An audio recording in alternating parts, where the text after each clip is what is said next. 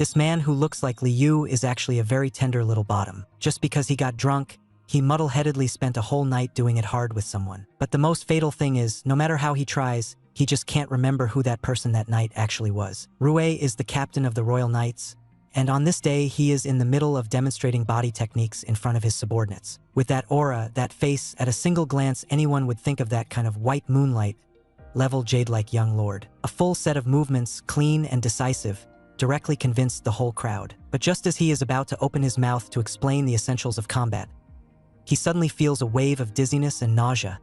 His vision goes black, and he directly loses consciousness. When he opens his eyes again, keeping watch at his bedside is his good friend, the medical officer of the medical corps, Pitu. Pitu looks like he wants to speak but doesn't dare. His expression so strained it looks like he might burst. Pitu is still wearing that look of wanting to speak yet stopping, and Rue's heart sinks. Could it be a terminal illness? If it is, don't hide it, just say it outright. Yet what he never expected was that the first sentence out of Pitu's mouth would be, "You're pregnant. It's already 3 months." What's even more outrageous is that the more Rue thinks about it, the more it adds up. He's been sleepy all the time lately, constantly nauseous. Whether he wants to or not, he can only accept this fact. Meta is gossiping like crazy. Who's the father of the child? This is royal level big news. Is it the crown prince, or a duke, or a marquis? It turns out that the only ones who can make a man pregnant are those with royal blood. Because one of the blessings the empire's royal family received from the gods is flourishing offspring. The most absurd thing is this blessing. No matter whether you are a man or a woman, as long as you mate with a member of the royal family, you can bear a child for them. Only then did Rue realize how serious the situation was. What he was carrying was, in all likelihood, royal blood. What should be done? If the child was really born, the imperial capital would definitely be thrown into a storm of blood and carnage. He wanted to get rid of it, but what doctor would dare risk losing his head to lay hands on a royal heir? Pitu watched Ruzu's face grow increasingly pale, and his own heart sank with it. There was something wrong about the child's identity. You've always been at odds with the crown prince, and everyone else's age doesn't match up either. Rue could only come clean to his friend. He didn't know who the child's father was, either. 3 months ago, he had indeed had relations with a man. He had been terribly drunk that day, and he could barely remember anything about that man. After hearing this, Pitu's scalp went numb, and he immediately began to worry on Rue's behalf. What do we do now? Should we report it? Rue pleaded with him in a low voice not to tell anyone yet. Until he thought of a solution, he begged Pitu to keep this secret for him. Rue was mired in unprecedented anxiety. He still had no way to deal with the little dragon in his belly, and the serial murder case in his jurisdiction remained completely without leads. Vice Captain Rena noticed that he had been absent-minded lately, that she had hardly seen him eat properly, and that he had even fainted once the day before yesterday. All she could do was urge him over and over to eat something and take care of his health. Who would have thought their captain was suffering from severe morning sickness? Just a whiff of meat would make his stomach churn violently. So as not to let anyone notice anything unusual, he could only eat some fruit and bread every day. Seeing how worried Rena looked, Rue had no choice but to say, "I've just been too busy lately." Rena thought about it and realized it was true. 5 people had died in just 3 short months, and before they died, they had all been brutally assaulted. This case had triggered public panic and drawn high-level attention. The common traits of the victims were short black hair and fair skin. The only clue now was the piece of satin tied to the first victim's body. That was a tribute reserved for the royal family. That meant the killer was either rich or powerful, and most likely someone from the 1st Guard Regiment's jurisdiction. All signs pointed to the same conclusion. After committing the murders, the killer moved the bodies back into their jurisdiction. But the problem was, letting that jurisdiction investigate on its own was completely useless. We had submitted several requests for assistance to the 1st Guard Regiment, and they had all vanished like stones sinking into the sea. Rue sighed. "We sent in another request today. Let's wait a bit longer." Rena exploded on the spot. "Waiting won't help no matter how long we wait. That lunatic has it in for the commander. How could he possibly agree?" Rue's heart sank at her words. This girl really had no sense of self-preservation. He immediately snapped a cold warning. "Watch your mouth. Just that one sentence you said is enough to get you sentenced to death." Rena was shaking with anger. "What did I say that was wrong? There's clearly something wrong with that man. As long as it's a letter from the commander, he won't even look at it." Rue could only swallow his temper, utterly helpless. Apparently, he would have to make the trip himself. But Rena said that she had been going there every day lately, and they had refused to see her even once. At that moment, a voice suddenly cut them off. "Calm down, Vice Commander." Thinking, one's elapsed, the two of them looked up. It was their superior, Rio. Rio said there would be a masquerade ball at the Royal tonight, and that person should attend, so why not just go to the ball and corner him there? Rue felt this was a workable idea, but the next second he got stuck. Did he have an invitation himself? As it turned out, Rue also thought this was a workable idea, but he was worried about the invitation. Rio, however, said of course he had one. If even the core leader didn't get an invitation, it wouldn't count as an official party. Rue accepted the invitation, but didn't hold out much hope. Just being able to strike up a conversation would already be good. He only wanted to clearly explain the matter the two of them needed to handle. Rina, however, was so excited she directly cut him off. I get it all. You go back and rest first, don't keep brooding over this. When you see a pretty girl tonight, go ask her for a dance and start a romance. Rio also looked thrilled and chimed in to cheer him on. Rue almost fell silent. What on earth were his subordinates actually worried about? A guard from the 1st Guard Corps came to report, Your Highness, how should we handle the letter sent by the 1st Guard Corps? How should we handle the letter sent by the 2nd Guard Corps? How should we handle the letter sent by the 3rd Guard Corps? The person seated in the main seat let out a cold snort.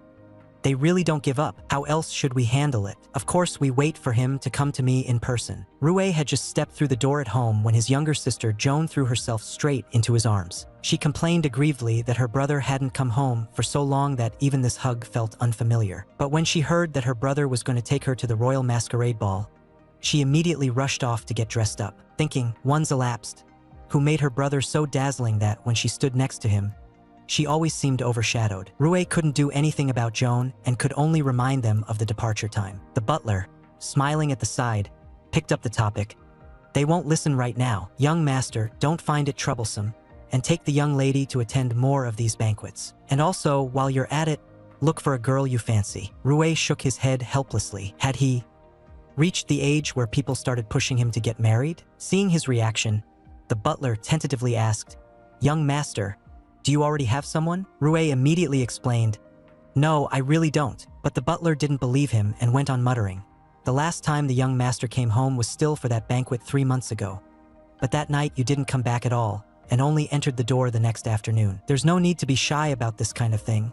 It's just that we don't know which lady she is. Rue snapped irritably, Hadian, didn't I say there isn't anyone? As the words left his mouth, he looked at the old man who had raised him, and his tone lowered a bit.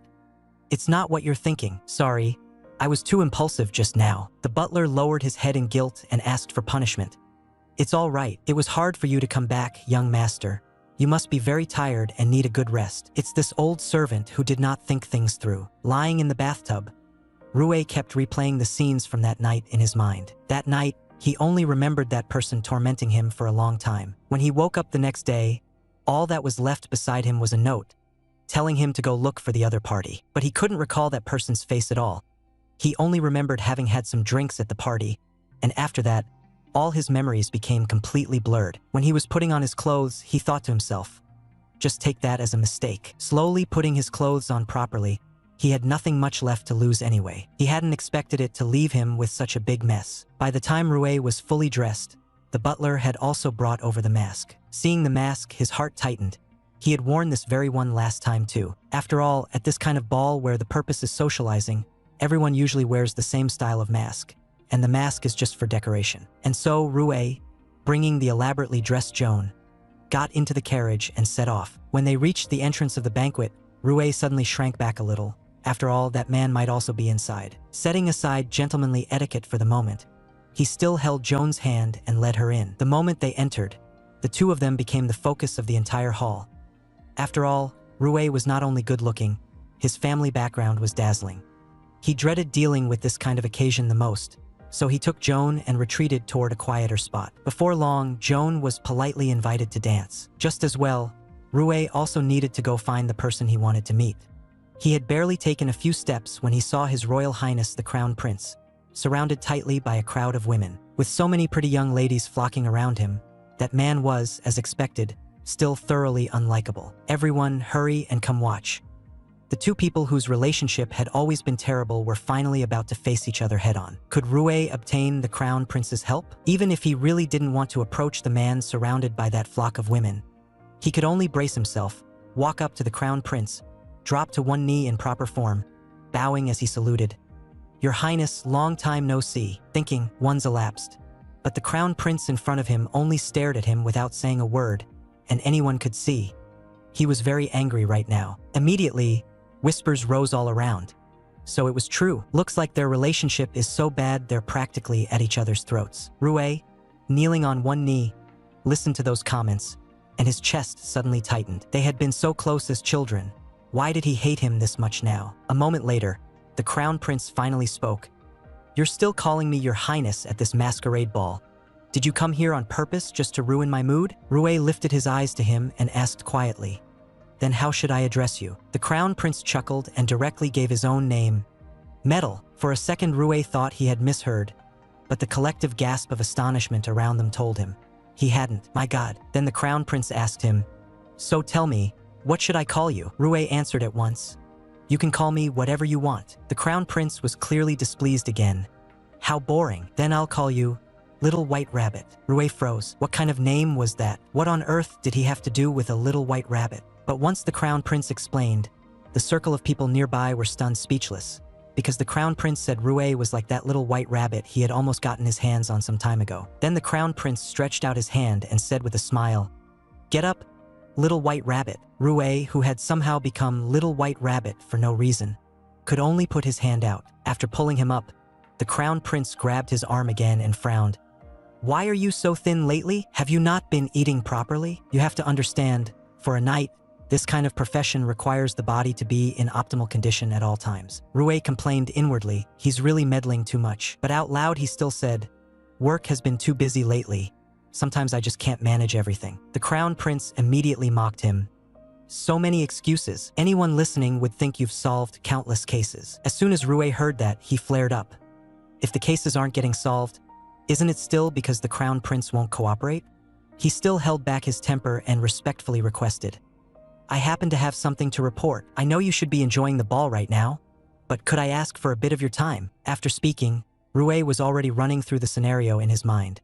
If the crown prince is even slightly displeased, he'll turn him down outright. He hurried to think if there was any other reason that could persuade the crown prince. But unexpectedly, the crown prince agreed right away. "Fine. Do you want to say it here? Or find a quiet place?" Rue hadn't expected him to be so easy to talk to today either. Of course they needed to find a quiet place. He definitely didn't want to be surrounded and stared at, but the onlookers who came to watch the show would never agree. How can His Royal Highness the Crown Prince take Sir Rue away alone? Sir Rue hasn't shown up in so long. What exactly is their relationship? The secluded courtyard should have been the best place for a private meeting, yet these two somehow forced the atmosphere to turn icy. The Crown Prince raised his hand, took off his mask, and tossed it straight onto the ground. He turned his head slightly and fixed his gaze on the little white rabbit in front of him. The moment Rue met his eyes, his gaze instinctively dodged to the side. Just that one look completely annoyed the Crown Prince. "Do you have to look at me with those eyes? Am I really someone you have to avoid like that?" This sentence gave Rue a jolt of fright. How is that possible? The Crown Prince let out a cold snort. "When have you ever not hidden from me like this?" Bitterness rose in Rue's heart. Who told the Crown Prince to look so dangerous, and on top of that, to absolutely despise him? He was just afraid he would lose control. Of course, he would never admit that. The Crown Prince did not continue to make things difficult and went straight to the point. "What did you come to see me about?" Rue immediately explained his purpose for coming, only to be met with a wave of mockery from the Crown Prince. "Rumors about your incompetence at handling matters are all over the place." Rue almost wanted to pounce on him and tear him apart with his teeth. "Here's the situation. We've discovered that the killer may be in the First Guard District. It may also involve members of the royal family, so we're hoping you will cooperate with the investigation, so that we can catch the killer as soon as possible. So, I'm begging you." But the Crown Prince responded with a line that almost made Rue cough up blood. "Or what? Why should I help you? You only come to me when you need me, don't you?" Rue was momentarily at a loss for words. The two of them already took a dislike to each other whenever they happened to run into one another. How could he possibly seek him out for no reason? He could only hurriedly defend himself. "Your Highness, it's not like that." As soon as Rue said, "Your Highness, it's not like that," the Crown Prince cut him off directly. "Did I tell you to address me that way?" He had even taken off his mask. How would Rue dare call him by his name directly? What's more, he had no memory of that night, and Rue had even considered the child's father might actually be the Crown Prince. He had still been holding on to a sliver of hope, but thinking about it now, it was absolutely impossible. "Lord Maitre, I know you really dislike me. Whatever conditions you have, I can agree to all of them. But please think it over carefully and don't drag innocent people into this. Seeing this little white rabbit about to jump into the trap on his own, the crown prince rose to his feet and slowly closed in. Is that so? You'll agree to any conditions? Rue could only brace himself and nodded slightly. Suddenly, the crown prince raised his hand, took off Rue's mask, and fixed his gaze firmly on his eyes. Suddenly, the crown prince raised his hand, tore off Rue's mask, and stared into his eyes. Then you'll take the place of my little white rabbit. You have no idea how much I've suffered since the little white rabbit ran away. What does your little white rabbit look like? I'll help you catch him and bring him back. Rue forced himself to speak, but his voice was unsteady. But the crown prince refused. A rabbit that likes to run away. What's the point of catching it again? What I need now is a rabbit that won't run away. With that, he suddenly ripped open Rue's collar, frightening Rue so much that he immediately raised his hands to block him. The crown prince, however, spoke unhurriedly. Don't be nervous. Even if you don't say it, I'll still agree to your request. You let the rabbit be the stand-in, and I'll help you. After he finished, he raised his hand and rubbed Rue's head. Bring the documents tomorrow and come to my commander's office. Seeing that he was about to leave, Rue immediately pressed him. The rabbit stand-in, what exactly has to be done? The crown prince stared at him, the corner of his mouth lifting. Naturally, whatever I want you to do. Anything was possible. For example, something like this. Rue never imagined that when he woke up, a scandal would already be spreading all over the city. When Rue was woken up by the butler, it was already nearly noon. The butler was still lecturing him patiently beside the bed. I'm sorry, no matter what, you still have to go to work. Rue looked dazed. Didn't I just oversleep? The butler didn't say much more and directly handed him today's newspaper. Ending in love? With a soft snap, he finally saw clearly. It turned out he had actually made the front page news. The intense noises coming from the terrace were written as if describing a live scene. But had the butler brought the wrong paper? And that white rabbit that appeared in front of everyone was written like something out of a novel. The more he read, the more absurd it seemed. How could there be so much love and hatred between him and the crown prince? Yet the butler said this article was still considered normal.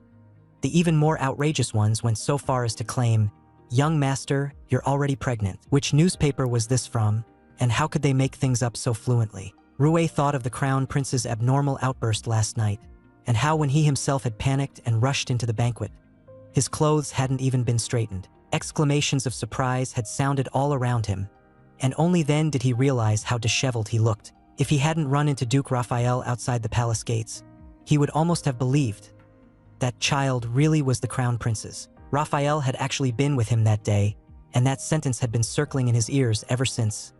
I've waited so long. It's time you gave me an answer. If the child really was the Duke's, what should he do? As soon as he arrived at the guard corps, he saw a large crowd of reporters blocking the entrance, as if they had been waiting there for a long time. Thinking, one's elapsed, thinking, two's elapsed. As soon as he arrived at the guard regiment, he saw a large group of reporters blocking the entrance, as if they had been waiting for a long time. Even more outrageous, that instigator, the crown prince, had spoken to the media early in the morning. In this kind of world, liking men is not wrong. Being obsessed with male beauty is not wrong. Male beauty itself is not wrong either. Those words directly ignited the reporter's enthusiasm, and he simply couldn't withstand it. Fortunately, Vice Commander Rina appeared in time and directly threatened to throw them into jail on the charge of obstructing official duties, which finally scared that crowd away. Sister Rina really is crazy. Once the two of them entered the commander's office, Rue immediately saw that Rina's expression looked like she was ready to eat someone alive, and his heart tightened. Could it be that I've messed something up again? It turned out that it wasn't his fault. There had been a woman missing since last night. A disappearance was not necessarily a big deal in itself, but the characteristics of this woman were almost identical to those in that serial case. Short black hair and fair skin. What was worse, they all knew her. She was a waitress at the tavern they often visited, and it was she who had personally served Rina dinner last night. The moment they thought that sweet girl might be in trouble, Rina directly grabbed Rue in an embrace and broke down crying. Right then and there, Rue promised that no matter what it took, he would find her as quickly as possible. Rue now had no choice but to go to the crown prince immediately, since the girl had been missing for less than 24 hours. He took the file and rushed to the first guard office, where the one receiving him was their vice commander, Rowan. Rue had no choice but to ask Rowan, "Has His Highness given any instructions regarding my situation?" Rowan smiled. "His Highness has other plans for you. Just hand the documents directly to me. When the time comes, I will search together with your vice captain. Rue was stunned. Doesn't His Highness need to look them over and confirm? Rowan said he could handle it directly on his side and told Rue not to worry. If even His Highness didn't need to see them, did that mean he didn't need to meet him either? But Rowan added another line. His Highness had been waiting for him to come. In the next second, Rue was shoved by Rowan into the Crown Prince's bedchamber. The man on the bed seemed to have been woken up. He sat up, his gaze locking straight onto Rue. Facing a half-naked handsome man, Rue's heartbeat still went wild, but given the man's identity, he didn't even dare to think about it. I'm terribly sorry. I didn't mean to wake you. I'm very sorry. I didn't mean to kiss you less. But the Crown Prince only said coldly that he should come closer. Rue wondered if he had misheard and could only brace himself and walk forward. Step, step. Just as he reached the front, the Crown Prince made an even more excessive demand. Before Rue could react, the Crown Prince was already pressed up against him. Yet the Crown Prince, who had gotten his way, wasn't happy at all, because he smelled a woman's perfume on Rue. He lost his temper on the spot, grabbed Rue in one motion, and shoved him up against the wall. Pressed so hard by the Crown Prince, Rue had no choice but to tell the truth. He had only gotten her perfume on him in order to soothe Rina's emotions. But the Crown Prince was like someone about to be dumped, obsessively fixated on Rue's relationship with Rina. Rue was pinned down by the Crown Prince, unable to move. This position only made him angrier. No matter how special our relationship is, this should still be my own private business. The Crown Prince sneered. Then when you came to me, was it for official business or private business? He added another line. If it's official, I'll call someone in right now to take notes. Before he even finished speaking, his hand was already reaching to undo Rue's buttons. That was his threat. Seeing that the Crown Prince was really about to call someone in, Rue had no choice but to compromise. Noticing him give in, the Crown Prince lowered his voice and pressed further. Then can I ask now, in your private life, besides me, who else is there? Afraid he'd do something even crazier, Rue denied it at once. There's no one else, not a single person. After hearing that, the emotion in the Crown Prince's eyes lit up instantly. After hearing that, the Crown Prince's whole mood brightened. For a moment it almost dazzled Rue's eyes. This man's temper might be infuriating, but his face was truly flawless. Seeing the Crown Prince's mood clearly improve, Rue hurried to drag the topic back on track, hoping the other would cooperate so they could catch the murderer as soon as possible. The Crown Prince also named his terms. He wanted Rue to come to his bedchamber every day and keep him company for at least 1 hour. Rumors about them were already flying everywhere, yet the Crown Prince still wanted him to come keep him company for an hour every single day. If they really did that, Rue didn't even dare imagine what people outside would be saying. No matter what, he refused to agree. The Crown Prince looked deeply hurt. Didn't you promise to take the place of my little bunny? Now that you've gotten my help, you don't want to fulfill your promise. Rue had just opened his mouth to refute when the Crown Prince blocked his words directly with his actions. Shudder. His face flushed bright red, and he completely didn't dare say another word, afraid that with one careless slip, something unspeakable would happen again. Yet he even faintly felt a bit of anticipation. What was going on with him? The little rabbit in his tight embrace finally quieted down. The Crown Prince lay down beside him and held him even tighter. Don't mind the rumors outside. Don't be afraid, I'm here. Just stay with me for 1 hour. That's all. As he spoke, he slowly closed his eyes, and before long, his breathing became even. Rue looked at him from such a close distance. This man was this captivating even in his sleep. Was the runaway little rabbit his ex? But I've never heard that he likes men. Could it be a woman who looks a lot like me? Forget it, it's just 1 hour, nothing should happen, right? Just like that, he drifted off to sleep, and in his dream, he walked into a forest so beautiful it didn't seem real. It felt like someone ahead kept calling him. He followed that feeling and walked forward step by step. Before long, a giant dragon suddenly appeared before his eyes. Strangely, he wasn't afraid at all. Instead, he felt a strong sense of familiarity. The next second, his legs were suddenly grabbed tightly by the dragon's claws, holding on for dear life. Startled, Rue hurriedly said, I still have things to do. Could you let go first? The giant dragon stared at him, tears falling non-stop. As each teardrop hit the ground, Rue felt sharp stabs of pain in his chest again and again. He suddenly opened his eyes, his mind still a bit dazed. Was that just now a dream? At this moment, a voice sounded right by his ear. Awake? Did you sleep well? Only then did Rue fully come to his senses. He hurriedly sat up and asked, What time is it now? The crown prince glanced at his watch. Almost 4 o'clock. Hearing this, Rue's scalp tingled, and a sudden headache hit him. What on earth have I been doing? While you were asleep, your loyal vice commander and Rowan's group have already gone to investigate the surrounding area. Rue was furious. You clearly got the report, so why didn't you wake me up? The crown prince stood up and walked toward him step by step. You were so busy sleeping you didn't even have lunch, did you? It's almost dinner time, but I'm guessing you don't have much of an appetite now anyway. Only when he said that did Rue realize he was actually hungry. He'd gotten up late and hadn't even eaten breakfast. Feeling a bit embarrassed, he said, "Just get me something simple to eat." The next second, the crown prince suddenly leaned in close to him. You haven't been eating properly. You've lost weight lately, you're not sleeping well, and your dark circles are this bad. Seeing how soundly you were sleeping, and I'm not some cruel person. There weren't any crucial leads either, so why would I bother waking you up? Seeing this man's hand starting to get restless again, Rue immediately dragged the topic back. There really isn't a single lead? The crown prince smiled as he pulled him up, his tone light, as if coaxing someone. You'll know once you go take a look. The last place the victim was seen was the tavern.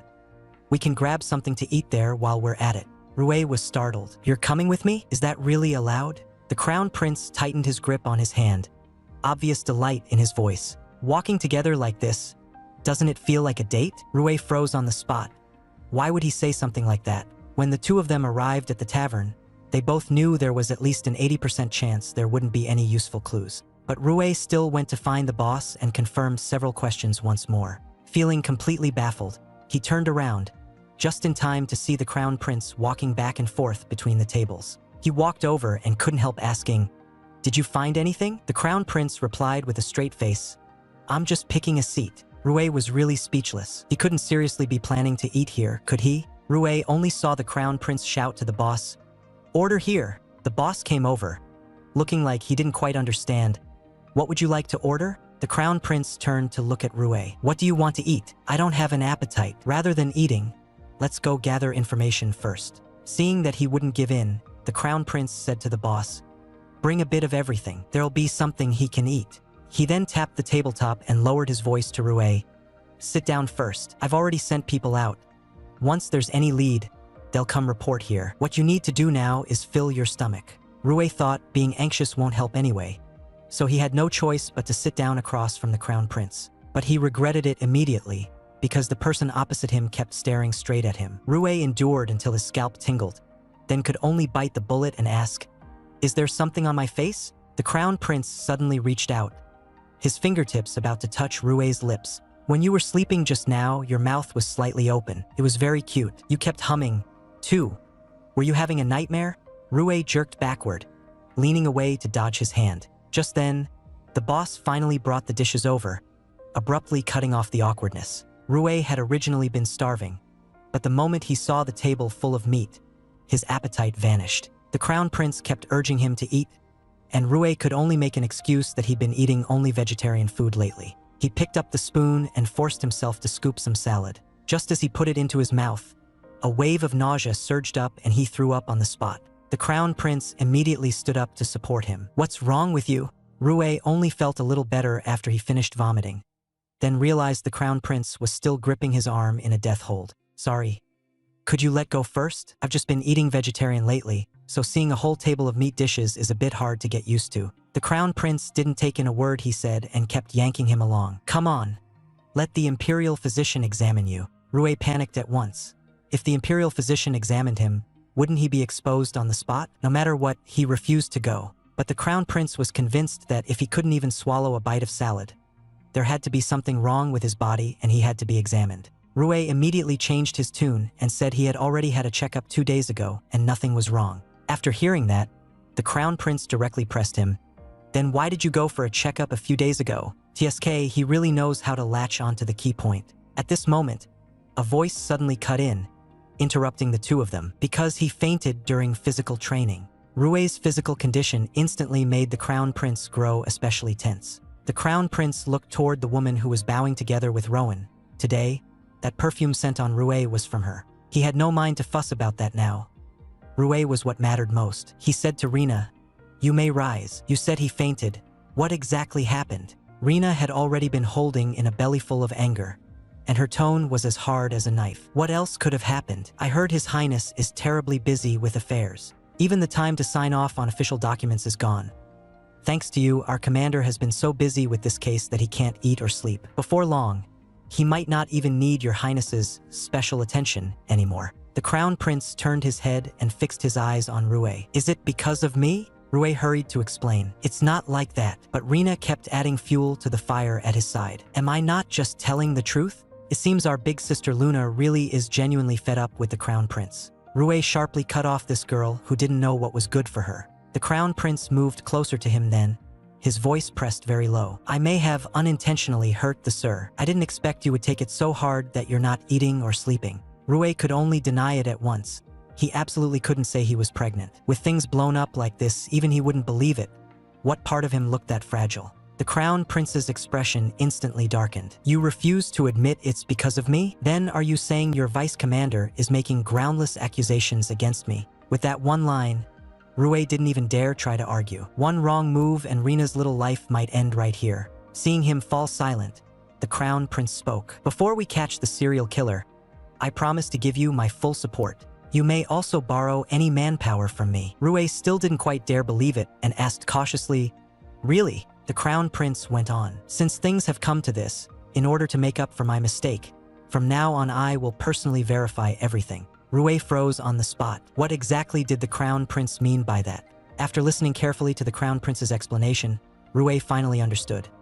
He did not need to accompany the crown prince for an hour every day, but he had to stay with the crown prince day and night until the crown prince confirmed that he was already healthy. Wasn't that the same as eating and sleeping together with the crown prince? Rue tried to persuade the crown prince to give up this ridiculous decision. But the crown prince had finally seized this chance to keep this little rabbit firmly in his grasp.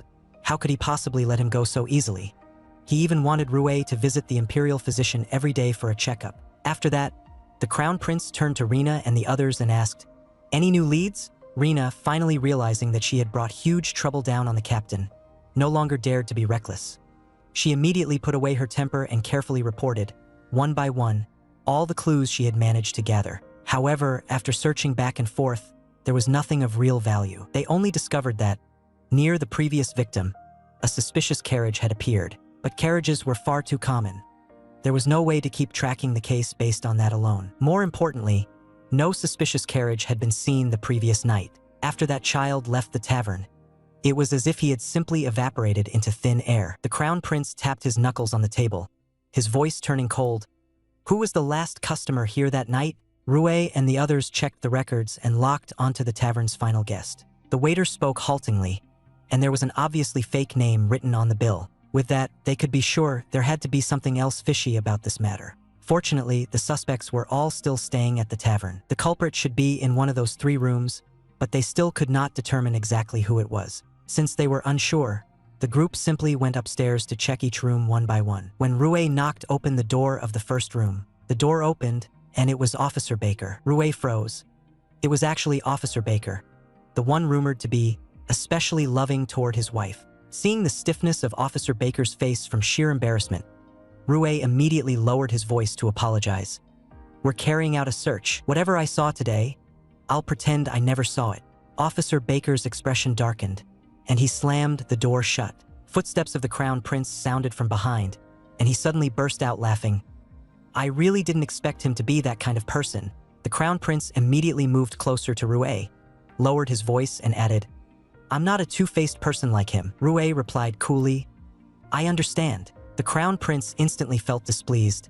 What's with that tone? I've never cheated, and I've never juggled several lovers at once. Rue shot back at him directly. But you've also never seriously dated anyone. The crown prince suddenly laughed instead, his eyes lighting up. Are you getting jealous? Then he raised his hand and gently tucked Rue's still stunned hair behind his ear. If you had come to me earlier, I would never have done that. In my life, there will only be you. Only you. The onlookers behind them immediately coughed in reminder. Your Highness, mind your image, you're still on a case right now. Rue immediately lowered his voice. Don't say that on an occasion like this. Go check the other 2 rooms first. When they knocked on the next door, the person inside, upon seeing them, panicked like someone caught in the act and turned to slam the door shut. Rue hurriedly reached out to block it and forced the door open with his shoulder. Rue yanked the person inside the door, but when he saw what was happening in the room, he was instantly stunned. Taking advantage of that brief moment, the person violently broke free and jumped straight out of the window. Fortunately, Rina discovered that the girl was still alive. Seeing that the people arranged downstairs had already caught the culprit, only then did Rue truly breathe a sigh of relief. He walked up to the crown prince and said, "I really have to thank you for your help this time. Hangchi, I'm really grateful for your help this time." But the crown prince just stared at him coldly and said, "I always thought you were slow to react, but I didn't expect you to be this stupid. I always thought you were slow to react, but I didn't expect you to be this foolish." Rue looked utterly confused. Why is he getting angry again? The next second, the crown prince grabbed his left hand, already covered in blood. Only then did Rue belatedly feel waves of sharp pain. "Aren't you going to see the imperial physician?" In the infirmary, Pitu was bandaging Rue's wound. Who could tell him why the crown prince had followed Rue into the infirmary? He just felt chills running down his back, as if with one careless move, his life would be forfeit here. Risking his life, he finally managed to get the wound bandaged. The crown prince's expression was horrible. Rue, however, said that you bandaged it even better than the imperial physician, and even praised your excellent medical skills. Pitu immediately denied it. "That's not true. Rue only says that because he sees me as a friend. There's no way I'm better than the imperial physicians." "I think so too. If you really were better than the imperial physicians, you'd already be treating the royal family by now." Rue hurriedly tried to smooth things over. "I'm just used to having him treat me. You haven't even had the imperial physicians take a look. How do you know you're not used to it?" Rue had no choice but to say that he wasn't a member of the royal family anyway. The crown prince's headache worsened. How could anyone be this stubborn? He suddenly fixed his gaze on Pitu and said coldly, "I heard that 4 days ago you were the one who examined Rue." Rue refused to see the imperial physicians no matter what. The more abnormal his behavior, the more suspicious it seemed. The crown prince was certain he must be hiding something, and it just so happened that 4 days ago, it really had been Pitu who examined Rue. Yet the two of them insisted it was only mild anemia. The more the crown prince looked, the more wrong it felt. The two of them seemed to be covering for each other. If he wanted to know whether they were lying, wouldn't checking the medical record do the trick? Rue's heart tightened. Was he about to be exposed? Forcing himself to stay calm, Pitu handed Rue's medical record to the crown prince. Seeing this, Rue immediately tried to snatch it back, but Pitu grabbed him and pulled him back. The crown prince frowned and flipped through the record several times. Then his temper flared up at once. "Do you even know how to write? Is this thing meant to be read by humans? In my opinion, doctors aren't writing, they're drawing wavy lines." Pitu hurried to explain, "My deepest apologies. All genius doctors record things this way. If your highness requires it, I can write out another copy for you." The crown prince could only drop the matter, but he still fixed his eyes on Pitu and added, "Use your best handwriting and rewrite all of this from start to finish. When it's done, I'll check it myself." Pitu nodded repeatedly. "All right, I'll rewrite it at once." Seeing that he couldn't get anything more out of them, the crown prince turned to Rue. "I know you're in a hurry to get to the interrogation room. We'll set dinner for 8 o'clock. I'll have them make more dishes that are good for your health. I'll wait for you. Don't be late." As he spoke, he raised his hand and patted Rue on the shoulder, then turned to leave. When he reached the door, he suddenly turned back and stared at Rue. "Things aren't as simple as you think. Don't even think about running away." Rue could only nod stiffly. As soon as the crown prince left, Pitu immediately lowered his voice and pressed, "Is everything in the news true? That child? Is it the crown prince's?" Rue denied it at once. "No, it's impossible that it's his." Pitu's eyes dimmed at once. "Not his? Then whose could it be?" Rue's heart inexplicably sank. "It should be Duke Raphael's." Pitu suddenly seemed to figure it out. "Then that's not surprising. He's liked you for a long time." Rue was even more confused. "How did Pitu know?" Pitu rolled his eyes. "Anyone can see it. You're the only slow one. Are you planning to tell Raphael?" Rue shook his head and said he still wasn't sure. Besides, even if it was confirmed, he wasn't planning to keep this child. Pitu sighed. "No one can talk you out of something like this, but once you give birth to him, the royal family will take him away. By then, your life might never see the light again." He paused. "If you really don't want this, then make up your mind as soon as possible. It's impossible in this country." Pitu's tone grew heavier. "You have to leave the country as soon as you can." Rue had no choice but to ask Pitu to immediately help inquire about possible channels, thinking that once this case was over, he could take a long vacation. By then he would just say he was going traveling and no one should get suspicious. This child was too deeply involved. and Rue did not want him. Rue only wanted to wrap up this serial case as quickly as possible so he could smoothly go on leave. As soon as Rue entered the interrogation room, that little scumbag saw him and laughed. The officials they send just keep getting higher and higher. Will I get to see His Majesty the Emperor too? He knew very well that this little scumbag was not cooperating at all. The people before him had not even managed to get a single decent statement. Rue looked at him and said in a very calm tone, "There won't be any higher official. You were caught on the spot. Whether you confess or not doesn't matter. The news has already written you up as the murderer. With the social pressure out there, the judge will only speed things up and sentence you straight to death." The little scumbag was still putting on a front, pretending not to be afraid. "I wasn't scared into this. Don't think I'll start talking just because of that." Rue casually replied, "You're going to the gallows anyway. Whether you talk or not, it's all the same." That sentence immediately pierced through his composure. The little scumbag finally panicked and hurriedly argued, "I didn't kill anyone. I only took off Aimee's clothes. I didn't even touch her. That shouldn't be enough to get me killed, right?" Rue directly laid out the evidence. He said they had already found proof that near one of the victims, there was evidence of his presence. They had also found the drug he used in the crime. Supposedly, it was a kind of drug that could make people obediently do as they were told. After questioning him for a long time, the little scumbag finally loosened up a bit. He only admitted that he had accidentally killed that particular victim. The others were not his doing. Rue saw that no matter how he kept asking, he couldn't dig out anything more, so he coldly tossed out one last line. "Go back and think it over carefully. After all, getting to stand on the gallows isn't a privilege just anyone has." After that, Rina came to report. All the evidence they had found pointed to the deceased the little scumbag had confessed to killing. There wasn't a single lead in any other direction. Worse still, Aimee still hadn't woken up. The more Rue thought about it, the more uneasy he felt. What exactly was this drug? How could it be so vicious? Just then, the Crown Prince's butler came over, his tone respectful yet leaving no room for refusal. "His Royal Highness the Crown Prince is waiting to dine with you, my Lord Knight. May you go over now?" "May I go over now?" Only then did Rue remember this matter. When he checked the time, the agreed hour had long passed. What was even worse, if he shared a table with the Crown Prince and threw up again. That guy would definitely call the camp physician to examine him, and then there'd be no way to hide it. Besides, they had already caught the culprit. Just at that moment, someone came to report. Aimee had woken up. Rue immediately seized this opening, using the excuse that he still had official business to handle and could not go keep the Crown Prince company at dinner. The butler was clearly put in a difficult spot. "If you don't go, my lord, His Highness will be very disappointed." Rue only wanted to get rid of him as quickly as possible. "I'll go apologize in person another day." Meanwhile, in a dark alley, another corpse had been found. Rue had originally been thinking, since the killer had been caught, there was no need to keep playing this body double game with the Crown Prince. It would spare him the risk of the Crown Prince discovering his pregnancy. Yet who could have expected another new victim would turn up? And at the time of the crime, Little Brat had been detained by them the whole time. Given the current situation, Little Brat might not have lied. It was only the third victim that he personally killed. The others were done by someone else. It's just still unclear whether this was a copycat crime or if there is an accomplice. After Aimee woke up, she couldn't remember anything. They say that after taking that kind of drug, you'll be controlled by others.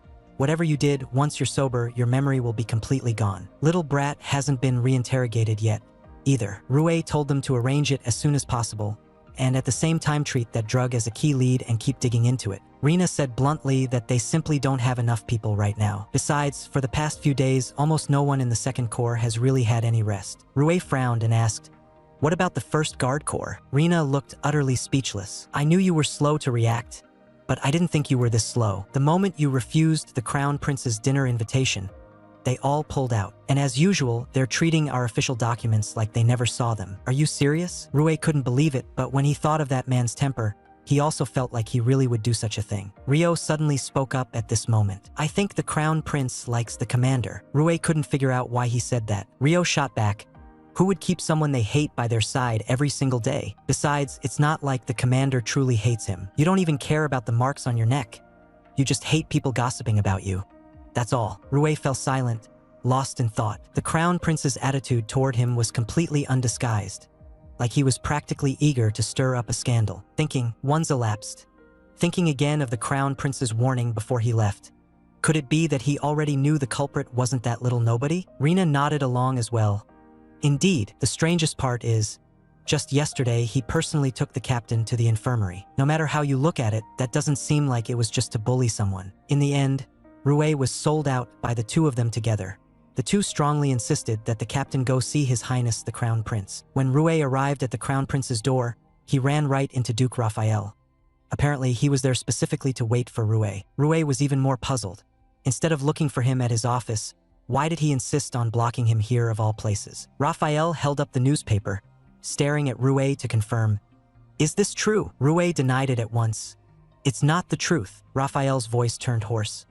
"What I feared most was that while I was waiting for your answer, you would already be with the Crown Prince." The next second, he grabbed Rue in a trembling panic.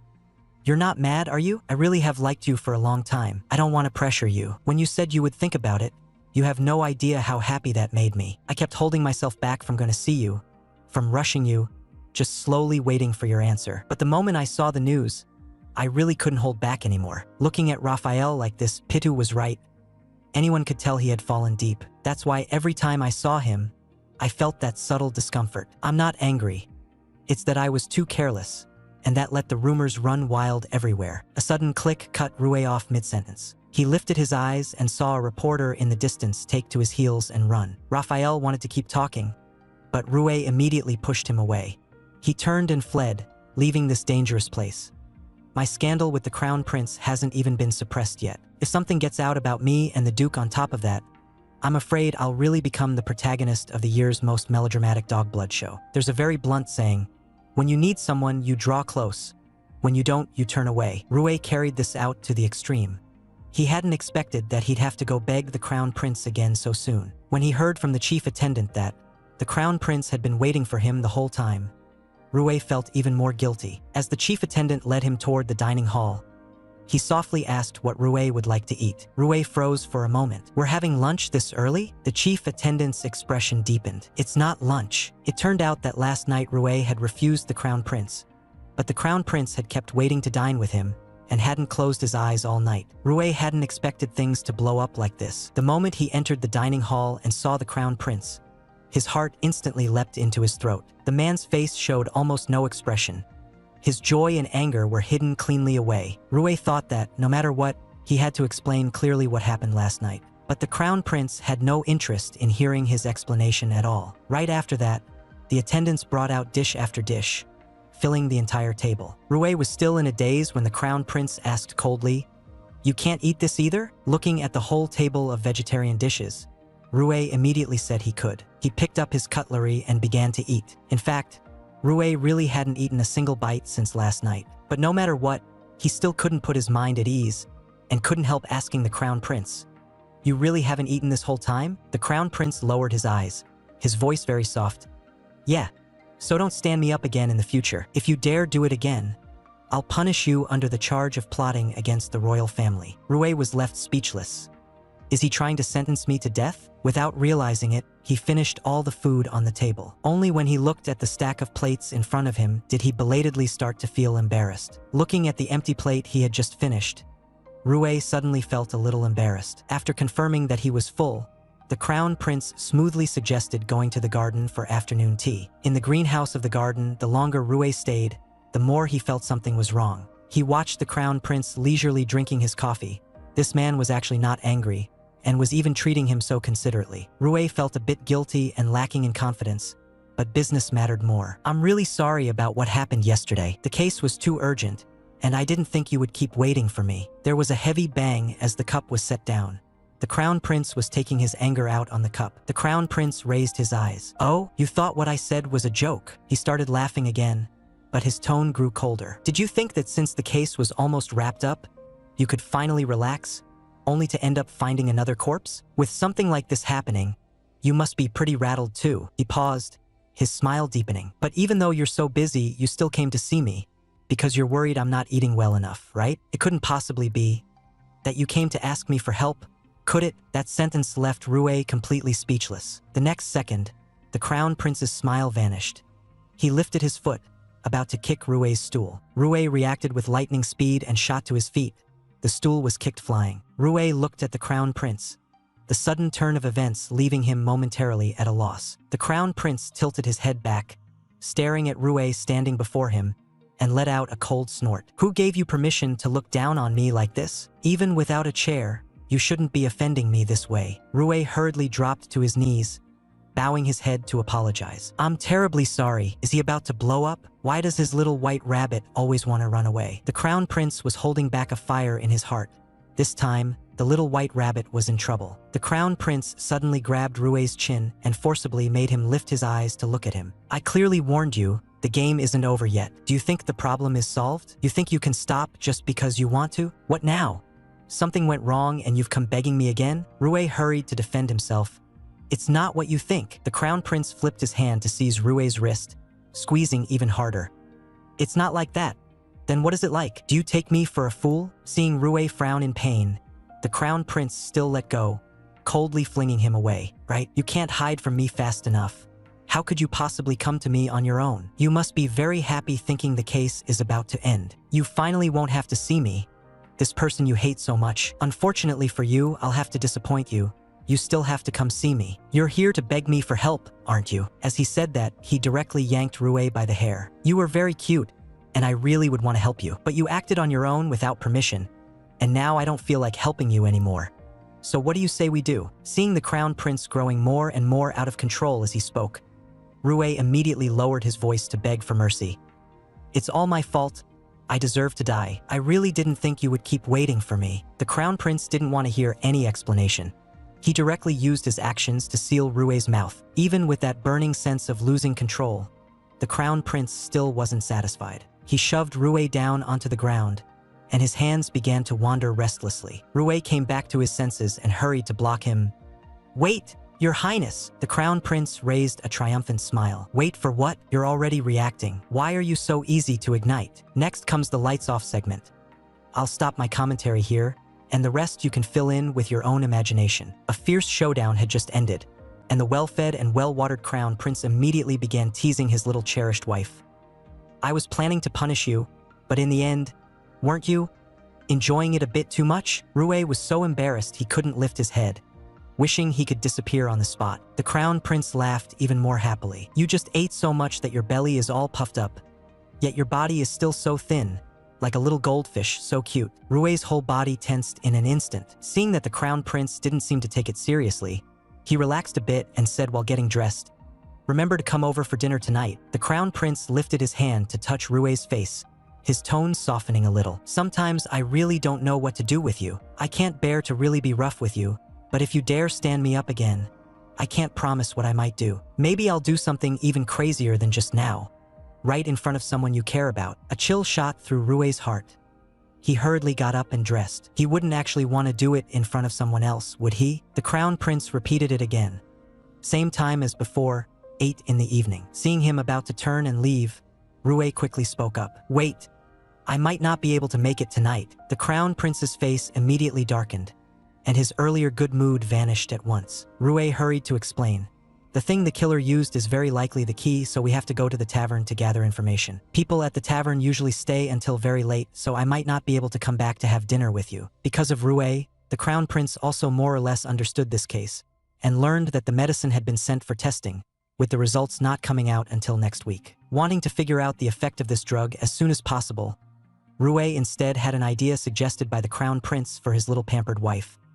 "Is it really that troublesome? If you want to know what effect this drug actually has, just make that little scumbag take it directly, right? Who knows, there might even be an unexpected surprise." Rue followed the crown prince's method, and in the end really did gain a whole pile of surprises. After the little scumbag drank the medicine, he turned out to be exactly like the rumors.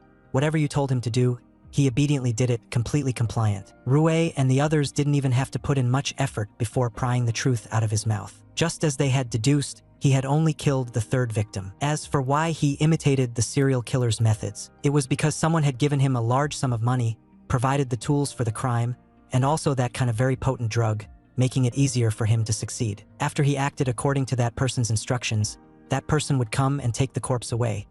But he himself didn't know who that person actually was. Using the same method to kill, that person always wore a cloak, and his face could not be seen at all. The one thing he remembered very clearly was the carriage that came to haul away the corpse.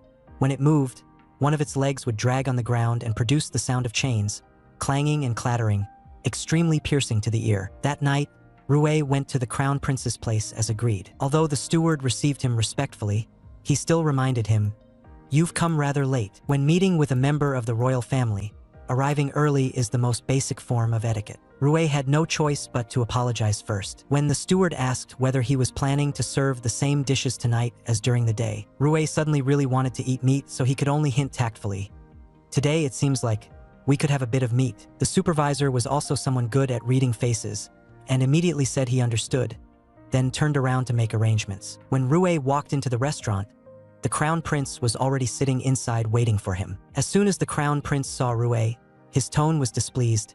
"This time, at least you're not too late." Running late, Rue hurried to explain that he had been pestered by reporters and it took a lot of effort to shake them off. The crown prince, however, acted like it was nothing and directly told him to come over. Rue could only walk to the crown prince's side. The next second, the crown prince grabbed his arm and yanked him down hard. Rue was forced to bend down, and just like that, right in front of his face, the crown prince personally gave him a COVID test. After it was over, the crown prince looked at Rue, whose ear tips had turned red, and his mood clearly improved. He said lightly, "You didn't put any ointment on? There's no smell at all." Rue raised a hand to wipe his lips and could only shake his head. After Rue sat down, the crown prince suddenly seemed in high spirits and asked casually, "That fierce-looking deputy commander of yours didn't ask you anything?" Rue answered honestly, "He asked if I'd been assaulted." The crown prince grew even more curious and pressed Rue on how he answered at the time. Rue said at the time that he had fallen by accident. "Never mind Miss Rina not believing it. There's no way you in front of the screen would believe it either." Thinking of that scene in the daytime, Rina was furious. "These marks on your body? And you're saying they're from a fall? Who are you trying to fool? No, that.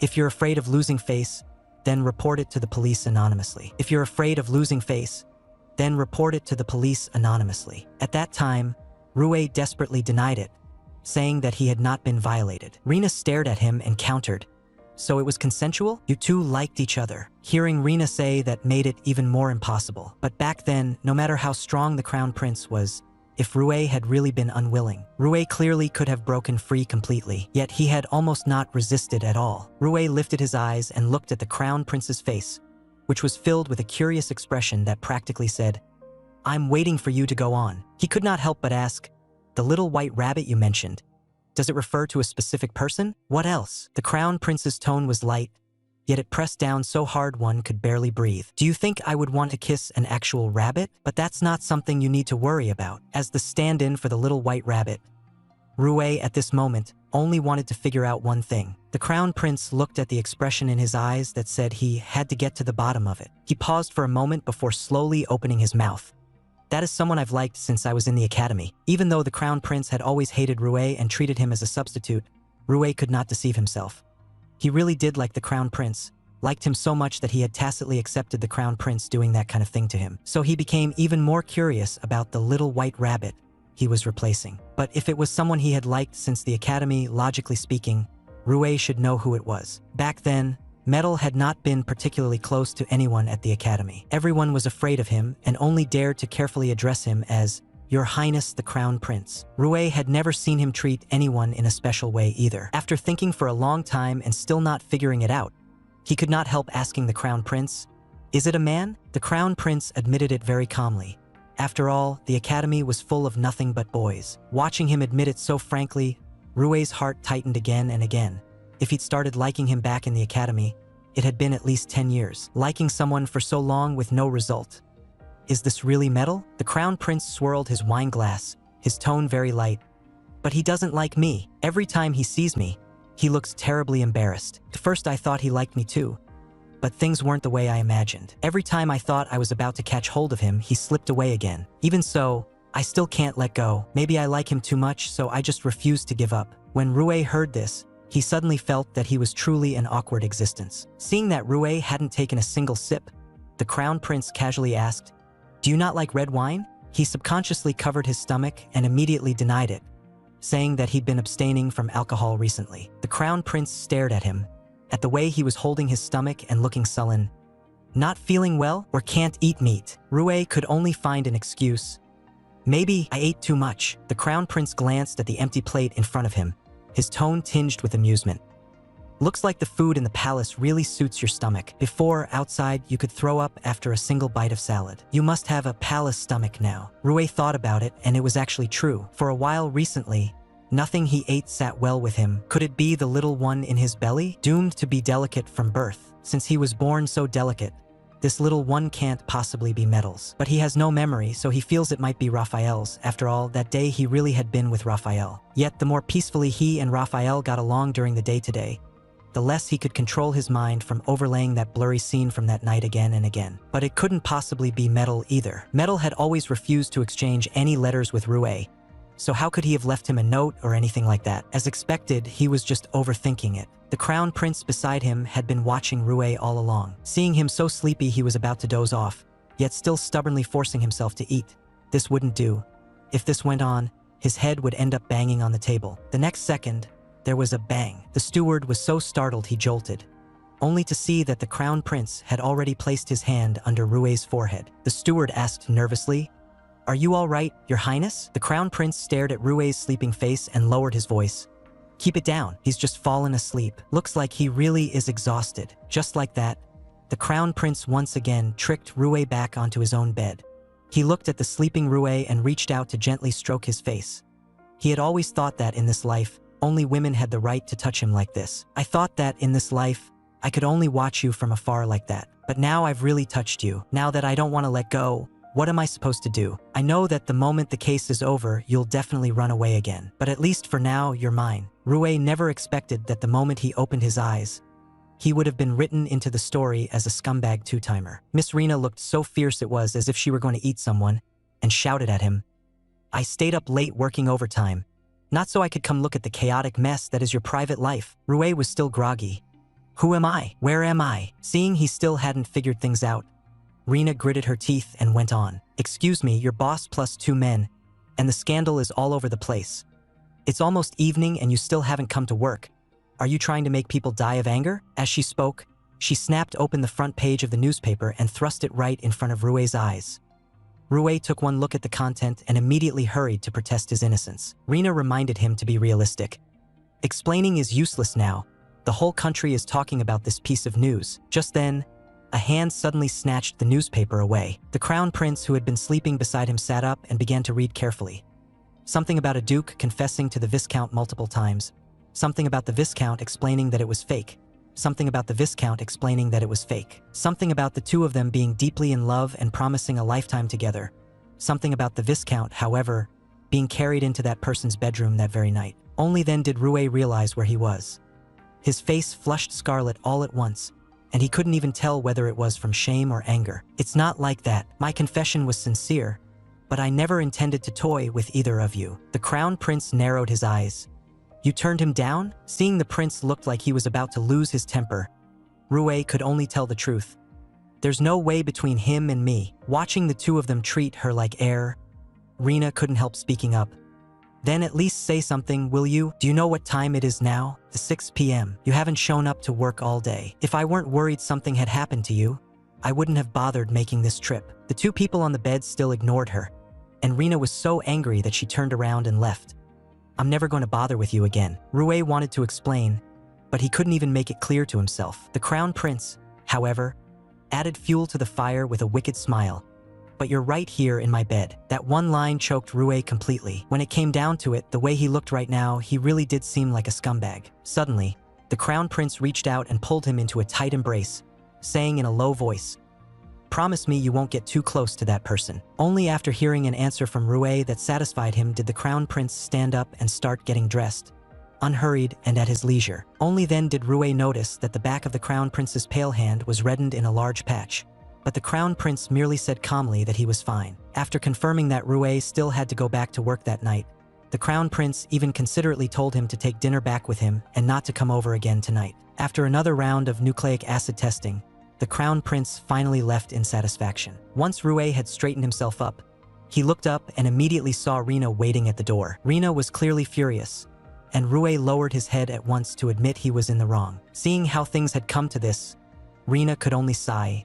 "Forget it. I have a night shift anyway, and it doesn't really matter if you're late. I only came because I was scared you might get yourself killed. Tell me, what exactly have you been doing lately?" Rue thought about it. How could it not be like that? Ever since the day he found out about the pregnancy, his life had been completely thrown into chaos. Just then, the supervisor called out to Rue and handed him his dinner. They had barely stepped outside when Rina couldn't help but press him. Compared to the crown prince, wouldn't choosing the duke be better? Rue hurriedly explained. His Highness and I are not in the kind of relationship you're thinking of. Rina rolled her eyes. Not that kind of relationship? Then who was it just now who woke up stark naked in the crown prince's arms? Rue was speechless on the spot. How on earth did this girl get in there? By rights, without his say, so she shouldn't be able to enter at all. But the moment he thought of that threat last time, could that person really be an exhibitionist? Rue had no way to explain to Rina what exactly was his relationship with the crown prince. Rina couldn't help worrying and lowered her voice to warn him. Since it's just a game, then put your heart away. Don't let yourself fall into it. When the time comes and you want to pull out, you won't be able to. They hadn't gone far before Rue's stomach started growling noisily. The two of them had no choice but to find a place to get something to eat first. Not to mention anything else, the crown prince is indeed very attentive to Rue. The food he prepared for him is really very sumptuous. Rue chatted idly with Rina while stuffing large mouthfuls into his mouth. When she first saw so many stacked food boxes, Rina thought Rue was bringing a late-night snack for someone else. But when she watched Rue empty several boxes in a row, something suddenly occurred to her. Her expression changed. She stared at Rue in shock. Don't tell me you're pregnant? Rue's heart suddenly sank. Don't talk nonsense. Rina immediately started counting off on her fingers for him. Some time ago, just smelling meat dishes made you want to throw up. You were always sleepy, and you suddenly fainted, and now you're eating this much. And Pitu has also been avoiding the crown prince this whole time. Captain, are you trying to tear the sky open? Rue immediately stuffed something into Rina's mouth to block her from speaking. He also looked around nervously from side to side. Don't talk nonsense. If a reporter hears that, who knows what they'll write? Seeing that Rue still refused to admit it, Rina exposed him directly. Your ears are already red and you're still being stubborn? If you don't tell the truth, I'll go interrogate Pitu. In front of me, he can't keep any secrets at all. Rina was clearly determined to get to the bottom of it today. Rue was unbearably embarrassed and could only urge her to leave here first and talk somewhere else. Once the two of them entered Rue's captain's office, Rina hurriedly pressed on with her questions.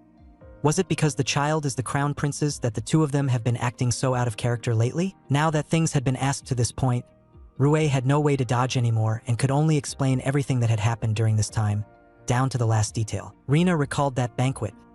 Rue was indeed taken away by a man. Both of them were wearing masks, but that man really was Duke Raphael. Rue had actually never wanted to believe the child was Raphael's. But after Rina put it that way, no matter how much he didn't want to admit it, he could only accept it. Rina lowered her voice and asked, "You won't accept the Duke. Is it because you never intended to keep this child in the first place?" Seeing Rue stay silent, she pressed further. "Who else knows?" Rue said quietly. "Only you and Pitu." Only then did Rina breathe a sigh of relief. "Good. As long as you're more careful from now on and pay attention, it probably won't be found out." Rina continued. "As for this child, there's probably no way to handle it within the empire. Are you thinking of going abroad on vacation?" Rue answered truthfully that Pitu was already making inquiries. Rina rejected it immediately. "There's no way you can take leave right now. If you suddenly go on a long vacation at a time like this, it will immediately arouse suspicion." Rue understood as well. "We at least have to wait until the case is solved. If the case isn't solved and the officer in charge goes on vacation, there's just no way to justify it." Rina went on. "But next month, no matter what, we have to find a way to leave. Once your belly starts to show, we won't be able to hide it anymore. During this time, you'd better keep a low profile. Don't cause any more news. Only if your popularity cools down can we slip away without a sound." In the early hours, the deep alley was excessively quiet, and Rue was patrolling back and forth at the mouth of the street with a redhead in tow. The redhead felt a chill in his heart. "Captain, don't you feel like someone is following us?" Rue deliberately teased him. "Are you afraid of seeing ghosts?" The redhead stammered in fright. "Didi, don't say that. I heard they love it the most when people bring them up." Rue put away his smile and pretended to be completely serious. "I think so too. It suddenly got cold all around us." "Captain, don't joke like that. It could really scare someone to death." The redhead had no desire to continue the topic. To divert his attention, the redhead asked in a low voice, "Captain, haven't you noticed that the vice captain has been acting really strange? Always spacing out alone, not talking, and constantly sighing. Rue knew very well that Rina was troubled because of his situation. The redhead couldn't hold back his gossip. Is it because of your scandal? Yesterday, His Grace the Duke even came to the captain's office looking for you. Rue was stunned for a moment as well. How come no one told me? Really? The redhead went on. But you have night duty and aren't around during the day. He kept waiting until evening. And in the end, the vice commander found some excuse and sent him away. I heard he even went to your house looking for you.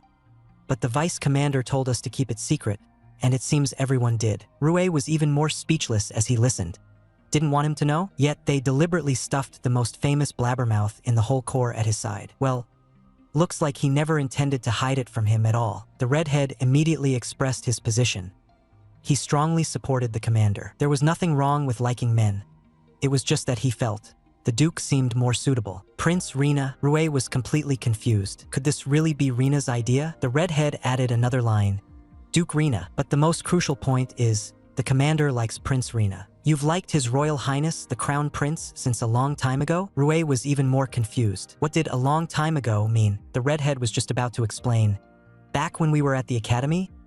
But right at that moment, there was a sharp clang that forcibly cut their conversation short. That sound was exactly the same as the carriage sound little brat had mentioned. Rue and the others followed the sound, and sure enough, they saw a carriage. And that carriage didn't go far before it came to a stop. Rue yanked open the curtain in one motion. Ah! Inside the carriage was a scene that made faces burn red and ears go hot. Sitting in the carriage was Seri, the royal duke, and beside him was a woman. Rue had already suspected before that Duke Seri might be the child's father. The woman was taken downstairs, and Red Hair went to question her first. Following procedure, Rue spoke up.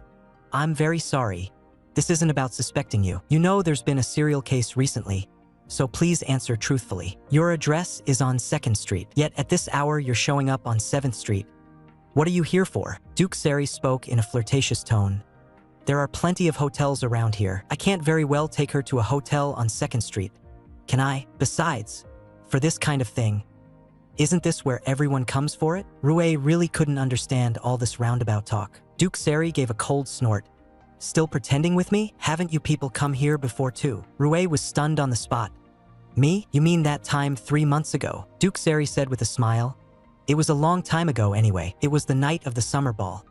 I saw with my own eyes you going into a hotel with a man. Back then I was genuinely shocked, and I was even planning to keep your secret. But when I saw the news a few days ago, I realized I still underestimated you. Rue said awkwardly.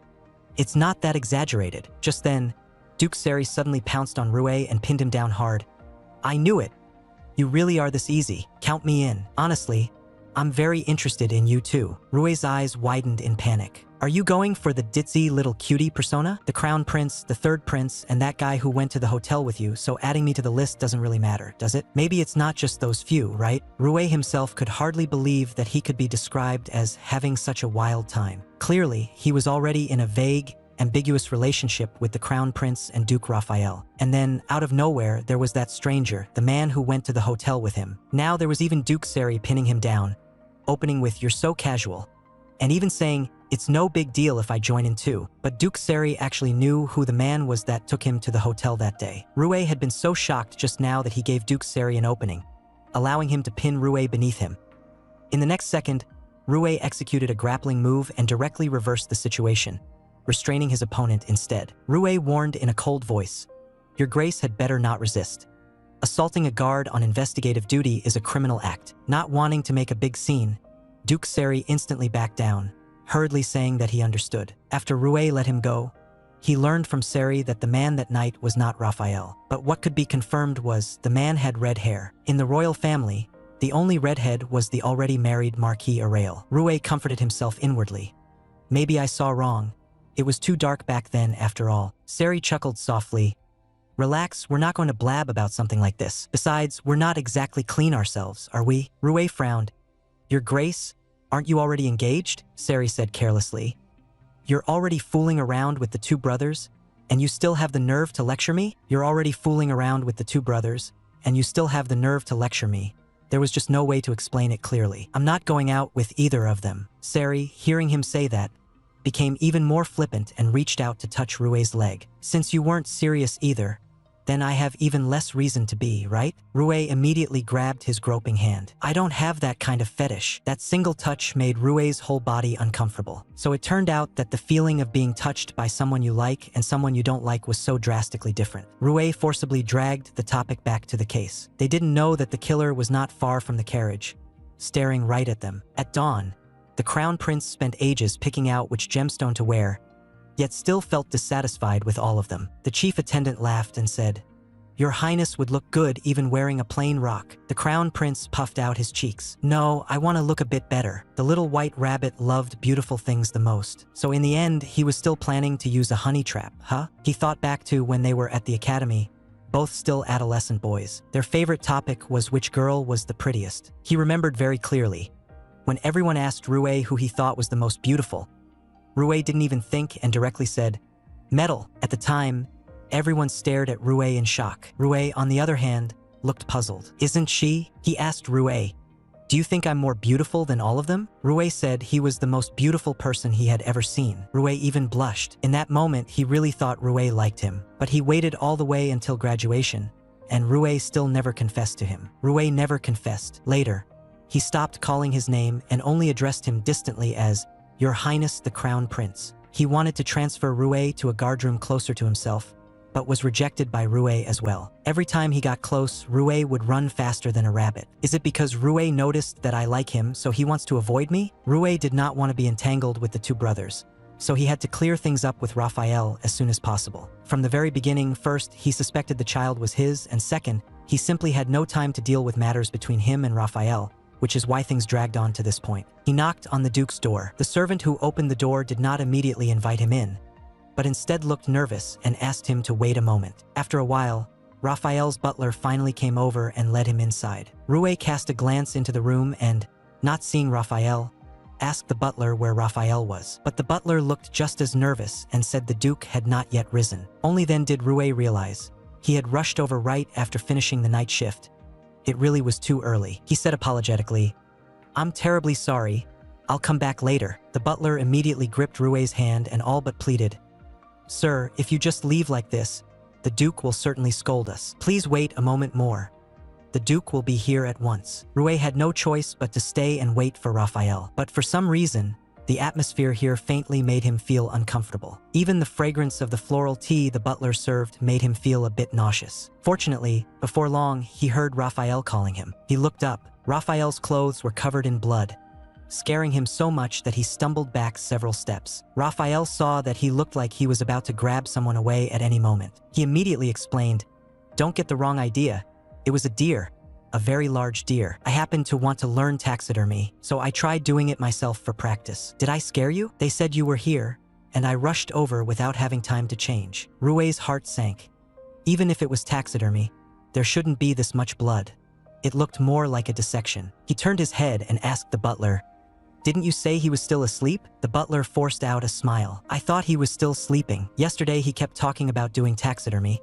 I didn't expect him to slip out quietly at dawn." Raphael pretended to be angry. "What are you thinking? You didn't really think I was killing someone, did you? If that were true, how would I dare stand in front of you dressed like this?" Rue still felt that everyone in this room was acting strange. If Raphael really was the serial killer, then he might not be able to leave here alive today. But no matter what, he had to first confirm whether Raphael was the culprit. If he didn't get to the bottom of it today, he definitely wouldn't be able to investigate anything next time. After all, searching a duke's residence isn't something you can just do whenever you want. I want to see just how big that deer is, that it made you insist on handling it yourself. Meanwhile, in the Imperial Grand Hall, the guard who had been watching Rue's movements all along reported Rue's whereabouts to the chief steward. Rue could tell that Raphael kept dodging the issue, as if he didn't want to take him over there. His heart tightened. Pushing further would be pointless, so he prepared to take his leave. He was just about to bid farewell and leave. No, that wouldn't do. How could he be allowed to go? Raphael suddenly grabbed Rue's hand, his face full of grievance. "No, you can't leave. Do you suspect me? I was just afraid of scaring you. If you want to see it, I'll take you to see it right now." In the deep, shadowy basement, the footsteps of the three people echoed one after another, and Rue couldn't help clenching his hand tighter. How could the basement of a duke's residence be built this large, with so many separate rooms? If he were to die in one of them, perhaps no one would even notice. When they were almost at the end, Raphael stopped walking, then took out a key and opened the door in front of them. As soon as the door opened, a strong stench of blood rushed out. Rue immediately covered his mouth and nose, forcing himself to look inside. The room itself was quite ordinary. The only glaring sight was a deer hanging in the middle of the room, covered in bloodstains. Raphael asked with a fawning smile, "Do you still suspect me now?" "Yes." Watching a first dissection can be a bit scary. I was afraid you'd laugh at me. Only then did Rue let go of his suspicion. He had originally wanted to step a little closer to see more clearly, but in the next second, a wave of nausea surged up violently, and he could only back out of the room at once. The few of them then left the basement and returned to the drawing room. Raphael asked worriedly beside him, "Are you all right? I didn't expect you to be this frightened." What Rue had feared most was that they would discover his pregnancy. Hearing Raphael say this, he instead felt relieved and only said that he had been feeling unwell lately, which was why he reacted like that. The butler also tried to persuade Rue to have a cup of tea to calm down. As soon as Rue thought of the taste of that tea, she hurriedly pushed it away. If she even threw up the tea, then something was really wrong. Thinking of the real reason he came today, Rue spoke up and said he wanted to talk with Raphael alone. With no one else around, Rue also wanted to make things clear as quickly as possible. "I'm sorry for giving you my answer so late. I heard you came looking for me, but I truly wasn't deliberately avoiding you." Raphael smiled and said, "I know you're very busy. You must be under a lot of pressure right now." He looked at that gentle smile of Raphael's. No wonder Rina and the others all said Raphael was the most suitable choice, yet Rue didn't feel the slightest stir of attraction toward Raphael. Rue bent down, his tone very serious. "I am truly sorry. I've thought about it for a long time, but I still cannot accept your feelings, Your Excellency." Hearing this, Raphael asked in pain, "Is it because of metal?" Rue froze and didn't answer, and Raphael's face immediately darkened as he grabbed Rue's shoulders. "I'm asking you, is it because of metal? Do you like him? Is that why you won't accept me?" Rue was startled by him and quickly made his words steadier. "Your Excellency, please calm down. It really has nothing to do with the Crown Prince. You are a very good person. You will meet someone more suitable than me." Raphael forced his emotions down a little, but still asked sadly, "Then why can't it be you?" Rue kept apologizing, but his attitude remained firm. Raphael lowered his head, not wanting to meet Rue's gaze. "I was even wondering, if you were to reject me, what excuse I could use to desperately make you stay. But your eyes are telling me I have no chance, right?" Rue didn't answer, and Raphael's expression grew darker and darker. "Rue, tell me what I'm supposed to do? You just had to come at this time and then say something like that. It really puts me in a difficult spot." Because Raphael kept his head lowered, Rue didn't see the look on his face, as if he were about to kill someone. The Crown Prince couldn't tell whether Rue was truly busy or deliberately avoiding him. Once again today, Rue couldn't come keep him company for dinner. Why was his little bunny at home always hiding from him? When he heard that Rue couldn't come, his appetite vanished at once. Yet he still remembered to order someone to send Rue a delicious boxed meal. The supervisor could tell the Crown Prince was in low spirits and tried to comfort him. "Recently, your relationship with the Jazz has gotten a lot closer." The Crown Prince knew very well that whenever there was the slightest chance, his little white rabbit would run away. He pulled open the cabinet door and looked at that red wig. That time, he thought he had caught him, but the other still escaped all the same. The night of the summer ball 4 months ago was also the first time he went to 7th Street, the place with lots of inns, especially convenient for those relationships that couldn't bear the light of day. Just like now, between him and the woman in the carriage, as Rue would put it, "I have never taken anyone seriously." He hadn't expected to hear Raphael's voice there. It sounded like he was telling someone to wait for him while he went to the back to drive the carriage over. The Crown Prince lifted the carriage curtain and at a glance saw Rue by the roadside.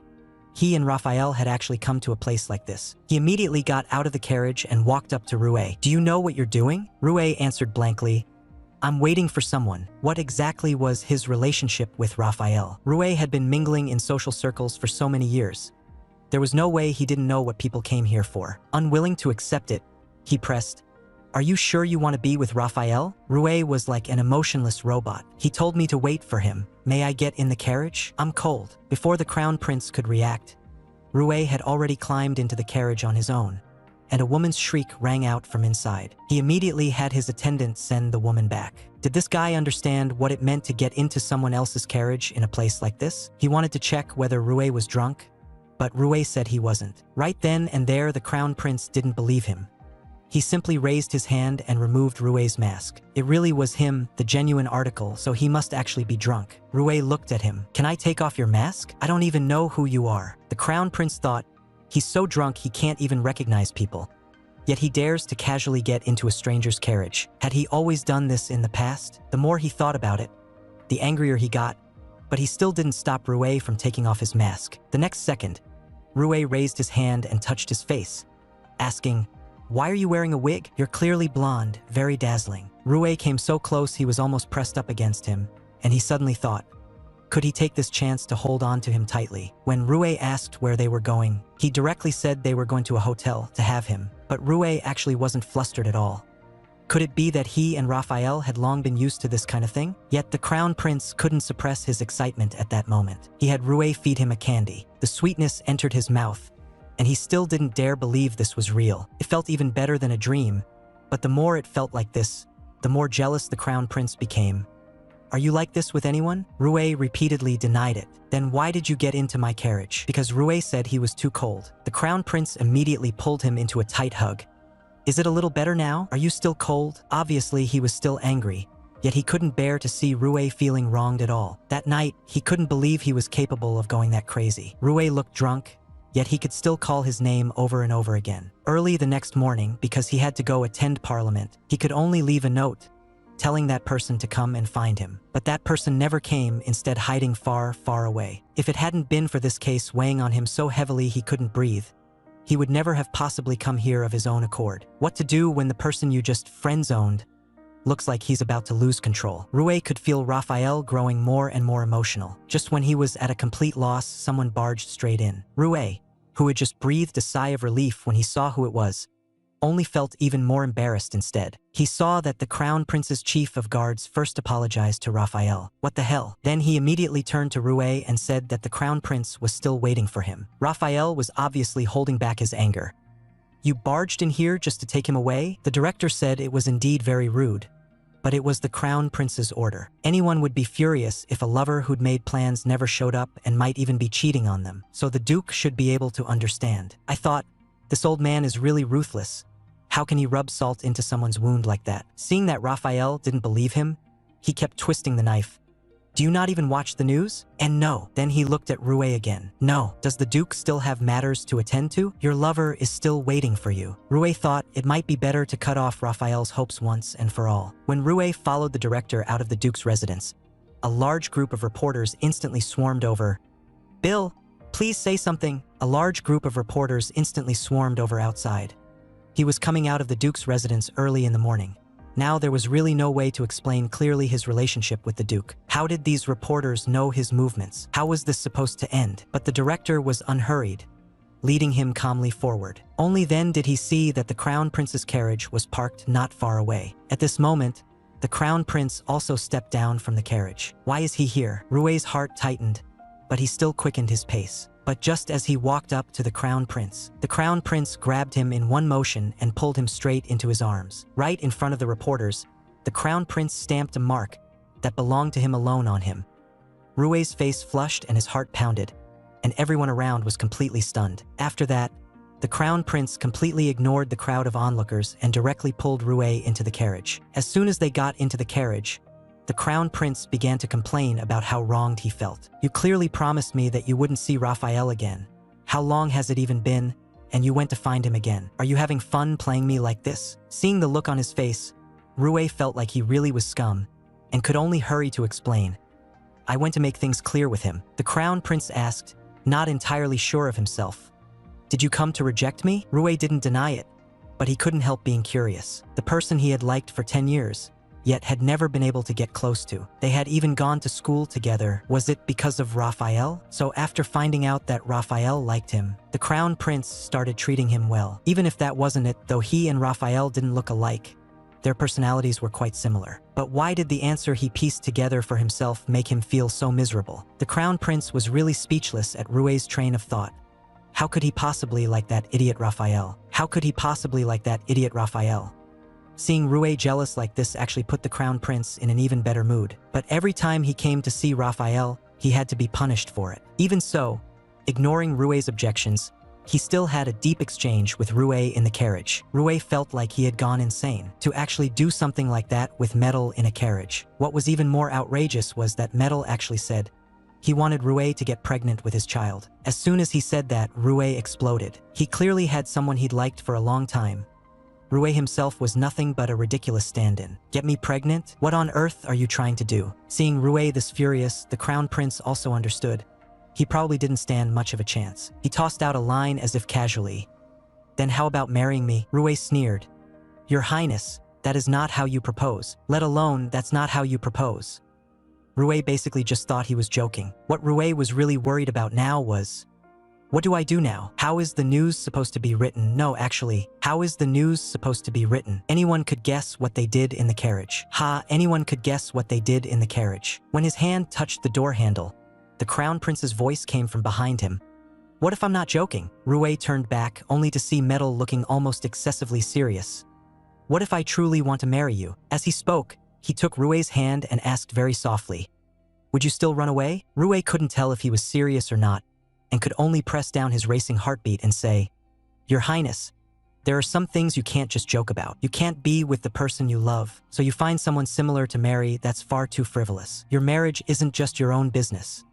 That would be the Crown Princess of the Empire, the future Empress. With that, Rue pushed open the carriage door. No matter what was outside, he had to go out and face it. He saw that things outside were actually not as bad as he'd imagined. The carriage had long since stopped at the palace gates, not out on the main street. That guy still knew where to draw the line. Seeing the attendants' awkward expressions, not daring to look at him, Rue instantly wanted to sink through the ground from shame and got out of the carriage at once. Who knew that just as his foot touched the ground, his leg went weak and he fell straight down from the carriage. Behind him, he only had time to hear the Crown Prince let out a cry of alarm. The Crown Prince immediately yanked Rue up, who had wanted to lie on the ground and play dead. He kept shouting, Hurry and call the Imperial Physician. At that moment, Rue felt like dying. Could you stop shouting and just walk away? Would that kill you? Seeing the scrape on Rue's face, the Crown Prince's temper flared up at once. Look at you, what state are you in now? You still care about that bit of pride? Your hand has only just healed and now you've added new injuries.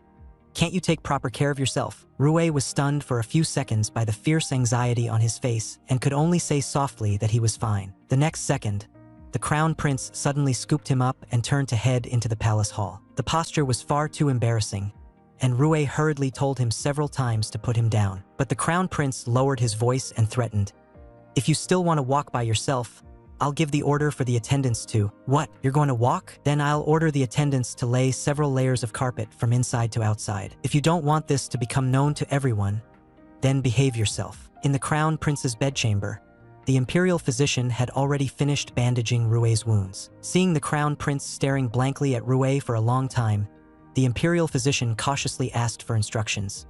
Then, do I still need to come here tomorrow? Hearing that it would be enough to apply the medicine on time, the Crown Prince said directly that he would help Rue change the dressings. Once the Imperial Physician got the answer, he immediately slipped away tactfully. Rue said in a low voice, I can handle it myself. I want to wash up before sleeping. The Crown Prince ignored what he said and instead asked, Do you want to eat or do you want to sleep? Right now, Rue only wanted to wash up and then sleep. The Crown Prince lay back down on the bed, as if calculating something. You're still not sleepy? You don't even want to eat, so what are you washing for? Wait until you wake up, then wash properly. Rue was indeed so sleepy he could hardly stand it. Although it felt strange down there was nothing wrong with washing after he woke up. What ill intent could the Crown Prince possibly have? The Crown Prince just wanted a baby. Rue dreamed again of that golden dragon, pitifully twining around him. Baby is so hungry.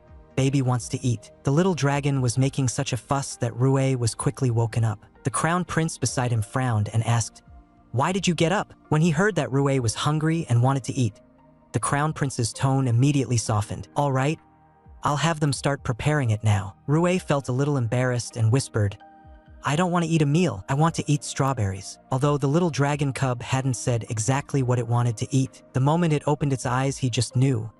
The little one wanted strawberries. The Crown Prince could hardly believe it. What did you say you want to eat? Rue's ears burned hot. I know it's strange, but right now I just want to eat strawberries. He also knew that it was already autumn now, so where would strawberries come from? But he just had this feeling that if he couldn't eat them, He really might cry on the spot in that little cub's place. Tada could only find an excuse to take his leave first, in case his emotions lost control later. The crown prince was even more speechless.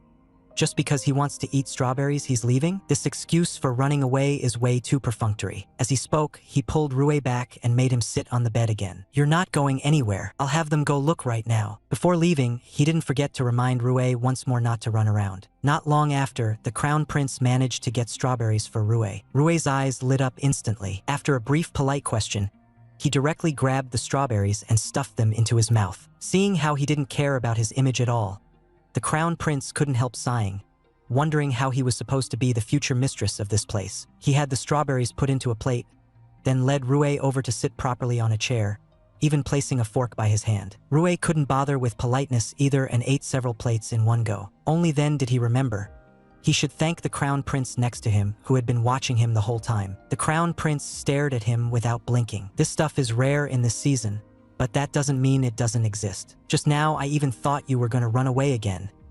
Every time you try to run away from me, I really feel very sad. Rue's mind went completely blank.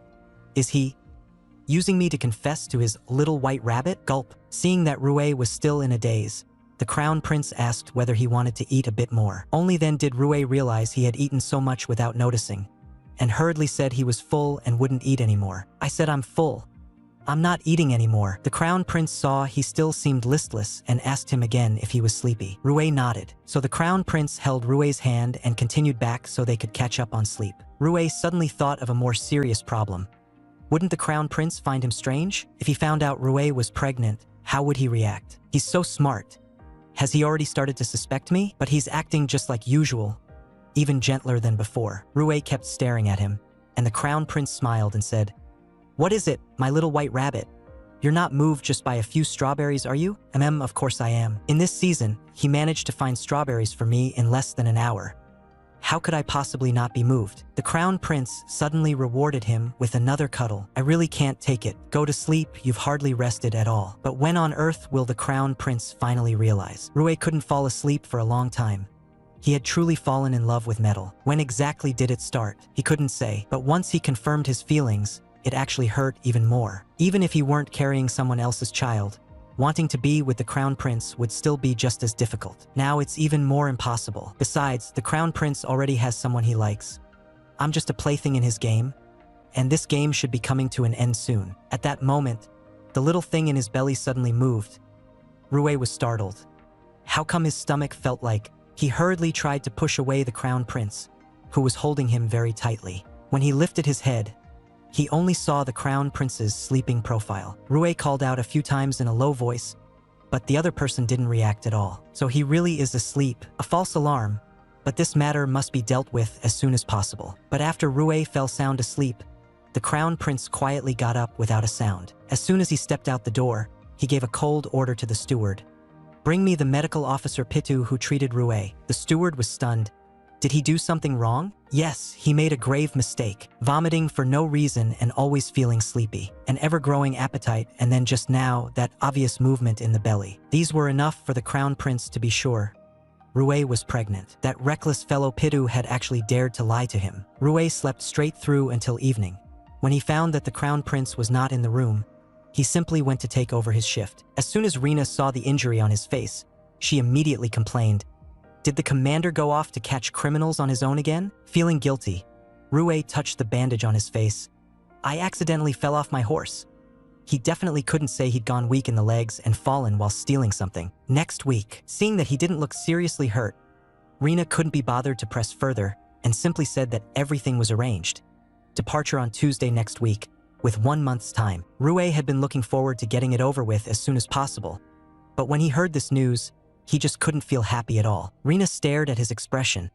What's wrong? I heard from Pitu that it's already been 5 months. You can't delay it any longer. I know, don't worry. Pitu has also arranged for a trustworthy doctor to accompany you. Why? Do you still want to give birth to the child? Rue shook his head, but his eyes were full of dejection. Ever since he started dreaming about the little dragon, he had never again thought about killing him. Rina saw it at a glance. Rue didn't want to abort him at all. If you can't bear it, then keep him. If that won't work, take him abroad and hide. Whatever happens, what you want is the most important. Rue let out a sigh, his voice very soft. Rina, I think I might have fallen for the crown prince. Rina flared up at once. Are you serious? She stared at Rue, only to see him lower his head without saying a word. To be honest, I noticed long ago. I just didn't think the captain would catch on this quickly. The way you look at the crown prince has completely changed. So what are you planning to do? Rue did the math in his head. Whether it was taking leave or resigning, in any case he could not stay in the empire any longer. As long as he left this place, that game between him and metal would come to an end. Suddenly, a clanging, crashing sound came from nearby. The two of them instantly tensed up and turned to give chase. They saw a carriage pull to a stop, and a man in a black robe stepped down from it. He dragged a black, human-shaped sack out of the carriage. It had already been 5 months. If she didn't leave now, her belly would be impossible to hide. The case hadn't been solved yet, and Rue was the lead officer in charge, so whether she resigned or took a long leave, she would draw attention. And right at this moment, the killer appeared. There was no way Rue and Rina would let him go. The moment he spotted them, he immediately tried to escape in his carriage. He completely ignored Rina standing in front of him and drove the carriage straight at her. After confirming that Rina was not seriously hurt, Rue swung onto his horse and gave chase at once. No matter what, he couldn't let the man get away. Just as Rue was about to catch up, a gun suddenly extended out from inside the carriage, and in the next second there was a gunshot. Fortunately, it only hit Rue's horse. Rue was thrown from the saddle and slammed heavily onto the ground. Clutching his belly and trembling, he forced himself to stand up. Thankfully, he had shielded his abdomen, letting his shoulder and leg hit the ground first. He hadn't expected that man to actually have a gun. Such a thing could only be carried with royal permission, so his status was definitely anything but simple. Just then, a member of the troop came running over, leading a horse. Rue didn't say a single word. He swung onto the horse and took off in pursuit. But it was still too late. Even the shadow of the carriage was gone. Rue stared at the tracks on the ground. Either they led to Raphael's estate or to Arael's estate. But without a search warrant, he couldn't investigate either of them. Arael was the only red-haired man in the royal family. Could it be that the child's father was a monster in human form? At that moment, Rina caught up, her voice shaking with anxiety as she shouted, "Captain Pitu has been taken away. He was taken away by the royal knights." Rue jolted and pressed. Why did they arrest him? They say he deceived the crown prince. Rue couldn't care about anything else and turned to rush to the royal knights. When they personally make a move, the ones they arrest are usually condemned to death or people whose entire households will be confiscated. How could it possibly be Pitu's turn? Pitu had only concealed the fact that he was pregnant. But when he reached the royal knights and asked several times in a row, the captain only replied with one sentence: "Classified, cannot be disclosed." Rue had no choice but to go back to find the crown prince. At the moment he saw the crown prince, Rue froze and didn't know how to begin. Seeing that he was injured again, the crown prince flew into a rage on the spot. "What happened? How did you end up like this?" Rue didn't dare look him in the eyes. His voice lowered. "I fell off my horse by accident while chasing a criminal, but I'm fine." "You call this fine?" The crown prince pinched Rue's chin, forcing him to lift his eyes to look at him. "You call this fine? You're not alone anymore." So he had known all along. Rue turned his head to avoid his hand. "I really am fine, Your Highness. I know this is a serious crime, but Pitu didn't mean to deceive you. He only lied because he wanted to help me." The crown prince quietly listened to him finish, but he still hadn't heard the answer he wanted. Then whose is it?" Pitu is tight-lipped. "I can't pry anything out of him. What happened that time already showed me how reckless you can be. But you even went and got yourself pregnant, which really gave me a fright." Rue was even more confused. "What, that time? What do you mean I really fool around?" In the next second, the crown prince suddenly leaned in, with a hint of expectation in his tone. "Don't tell me, it's mine?" Rue denied it at once. "No, I was already pregnant before I got together with you." The crown prince let out a cold laugh. "Really?" Rue looked at him, and her heart suddenly felt empty. "You don't even ask me how I got pregnant? Well, of course, you only ever saw me as a game. If I said the child was yours, what kind of expression would you have?" Suddenly, the crown prince's tone sank, almost interrogating. "Whose child is it?" "Exactly?" But Rue himself still hadn't figured it out, and he didn't want to admit it had anything to do with that person, especially since that person might even be a human demon. It wasn't enough that the person he liked treated him as a plaything. He even forced him to face reality. They were impossible, and he also had to say whose child he was carrying. Seeing that Rue stubbornly refused to speak, the crown prince instead flung out a line in a fit of pique. "I don't care whose it is." As he spoke, he handed Rue the letters in his hand. These are all the correspondence between you and Teraha. You were trying to confirm whether that cesarean section surgery could go smoothly, and you even requested a month of leave. You wanted to get rid of it and you didn't want anyone to know, right? Seeing that Rue didn't refute him, he lowered his voice and went on. Then do it here. I'll keep it secret for you. Rue looked at the crown prince in disbelief. Of course, he understood the weight of that sentence. Once they were found out, the crown prince would be dragged down with him. Rue couldn't figure out why he was willing to risk himself to help him. The crown prince was still trying to persuade him. Teraha is far too chaotic. It's full of savages there. Just have the operation here. I won't let you go to a place that dangerous. Rue was still in a daze, not reacting to his suggestion at all. The crown prince gripped his shoulders and gave him a light shake, then raised his hand to stroke Rue's cheek. What's wrong? Weren't you planning to have the operation? But Rue turned his head to avoid his touch. No, I just haven't made up my mind yet. The crown prince's brows immediately knitted tight. What did you say? If you want to keep the baby, 1 month is nowhere near enough. The crown prince suddenly seemed to think of something, and his expression instantly darkened. So you're planning to look for the child's father? Don't even think about it. Rue was frightened by the look on his face and, on instinct, took a step back. That single step completely ignited the crown prince. He grabbed Rue abruptly. I don't agree. Don't even think about running away. Tell me right now, what are you really thinking? Are you planning to go look for the child's father? No, I was planning to go to Teraha first, then really think this through. The crown prince narrowed his eyes, his tone turning icily hard. Sounds so nice. Decide after you get there. If you get rid of him, it'll be just about 1 month, won't it? If he's born, are you planning to raise him for a few years and then come back? Or is it that you never intended to come back at all? The moment he thought of that possibility, the crown prince almost lost control. He suddenly pulled Rue into his arms, frantically trying to prove Rue was his. As soon as Rue resisted, he pushed him onto the bed and gripped his hands in an unrelenting hold. Rue was forced to let out a scream on the spot. The crown prince snorted coldly. Don't think I'll let you go just because of this. After speaking, he directly went to pull off Rue's pants. He stared painfully at the scrape on Rue's knee, still saying that he really had no way to deal with him, refusing treatment. And he called this nothing serious? Why did he love to lie so much? His little rabbit never learned his lesson. He was his, and he would never be allowed to leave him. After a storm like that, the crown prince instead found himself hoping even more that this child was his own. But it just wasn't. What if it really were my child? Rue clearly knew that was my child, and still wanted to get rid of him. Would I be so angry I'd just twist Rue's neck off? Thinking of this, he instead muttered, "Thank goodness it's not my child." Hearing this sentence, Rue finally couldn't hold on anymore and burst into tears. Hearing this sentence, Rue finally couldn't suppress it and started crying, and the crown prince looked at the grieving Rue in a panic. What's wrong? Don't cry. Rue's face was covered in tears. Let's end this game right now. Plop. Even if you cut off the first core support, it doesn't matter. I'll bear all the consequences. I can't go on like this with you anymore. I hate this game. I don't want to stake my life on it anymore. The crown prince asked in a fluster. Are you going to leave me? Yes, I'm going to Teraha, or I can go anywhere at all. I so wish this game had never started. If I could go back, I would absolutely never have accepted his highness. The crown prince grabbed Rue, who was about to leave, and pleaded in a low voice. Don't say things like that. Don't leave me. Rue shook off his hand.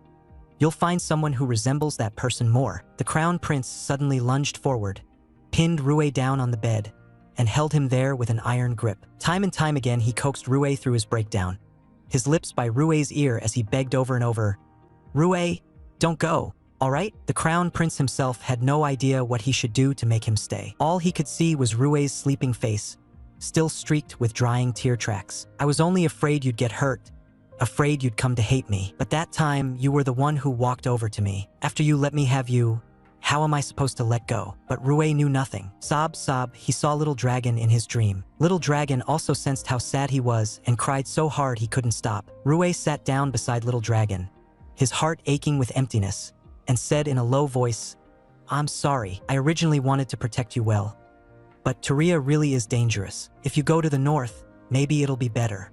He thought again of Metal's words. Good thing it's not my child. And his tears fell all over again, by rights, with Metal saying that he shouldn't have felt sad. But why did his chest feel like it had a boulder on it, pressing him so hard he almost couldn't breathe? Of course he knew this wasn't Metal's child, but Metal's sentence forcibly turned the Rue who had once hoped the child would be his into a complete joke. That whole, if you get pregnant I'll marry you, was nothing but a joke as well. But then why could he still, with no burden at all, use that kind of affectionate gaze to beg Rue to stay? Every time it made Rue unable to help misunderstanding. Does Metal also like him? Clearly knowing it was impossible, he still stayed. Obviously he just needed to leave. So why did his heart hurt so much? He really wanted to stay by that person's side. Suddenly, the little dragon lightly patted him with its tail. He understood. The little dragon was comforting him. He understood. The little dragon was comforting him. No matter what, he looked at the little dragon as if he had steeled himself. No matter what happens, I must give birth to you. He remembered that before he fell asleep. The crown prince had said he would go call a doctor. He suddenly sobered up. If it were only to treat his injuries, the one called should be the imperial physician. He had gone specifically to get a doctor. Could it be that he wanted to perform surgery? When Rue thought of this, he immediately stood up to leave. Very soon, relying on his bit of skill, he escaped from the crown prince's palace. But as he walked in the alley, he kept feeling that someone was following behind him. Could it be that the crown prince had caught up? What right did he have to keep Rue trapped by his side forever? The matter of the pregnancy was already known to the crown prince and the royal knights. Before the news spread, he had to leave here as quickly as possible. Right, he still had to tell Rina. The killer was most likely between Raphael and Arael. It seemed he had to go back to the commander's office first. Just then, he sensed someone really was drawing closer from behind. He turned around, his hand instinctively reaching to his waist, but his waist was empty. There was nothing there. What came into view was actually Duke Raphael. Raphael swung the stick and smashed it directly onto his head. Before Rue passed out, he finally understood. The real murderer was him. When the crown prince returned to his bedchamber, he found that Rue was gone. From when he left to when he came back, not even half an hour had passed. He can't even walk steadily, yet he's still thinking of running away. The crown prince was so angry that he actually laughed. At this moment, the supervisor also brought the imperial physician over. He shouldn't have gone far yet. Send men to look for him at once. If he can't be found nearby, then go to his home and also to his captain's office. Send another team to keep a close watch on Rina's movements. The crown prince's heart sank. He wouldn't have gone to look for the child's father, would he? Rue was 5 months pregnant, and the child could be his as well. What right did that man have to be so sure it wasn't his? Doesn't matter. Before the child is born, that man must be eliminated. By then, Rue and the child will naturally belong to me alone. Who exactly is the child's father? First, list out every suspicious member of the royal family, one by one. It might be a bit troublesome, but that's fine. In the end, they can only be mine. The crown prince racked his brains trying to catch his little rabbit, yet his little rabbit still managed to escape. Very soon, the guards captured a reporter from a newspaper. The reporter said he saw Rue being taken away by a man in a black robe. The crown prince's eyes flew wide open. This was bad. His little rabbit was in danger. On the other side, just as Rue's carriage arrived at its destination, he woke up. His whole body was limp. He couldn't even struggle, and could only let Raphael carry him into the basement. The room was covered in blood, tools scattered everywhere. So this was where the killer had really done the deeds. It was right next to the room where he had taken him to see the deer last time. Raphael tied him tightly to the stool, then turned to fiddle with those tools, as if picking the one that felt best in his hand. Rue didn't beat around the bush and asked directly, "You're that serial monster, aren't you?" Raphael turned his head to look at him and actually didn't deny it. So the criminal they had been desperately chasing had been by his side all along, and he actually hadn't noticed a thing. How ironic. Even more ironic, the people around him had even thought Raphael was the most suitable one. A flash shot through Rue's mind: black hair, white skin. He subconsciously asked himself, did I miss some key detail? He and those victims really did share something in common. The more he thought about it, the worse it felt. Raphael gave a gloomy smile. It's not that you resemble them, it's that they resemble you. That's why I killed them. Rue had never imagined that he would actually become the reason for his killings. Raphael suddenly wrapped his arms around Rue's leg and rubbed his head against it.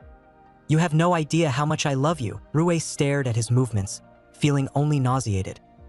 What kind of logic is that? You love me, so you kill everyone who looks like me. Rue had once thought Raphael was a real gentleman, and in the end, he was a murderous freak. Ha, truly a murderous freak. Rue thought about what might happen next and asked Raphael directly, are you also planning to do the same as before?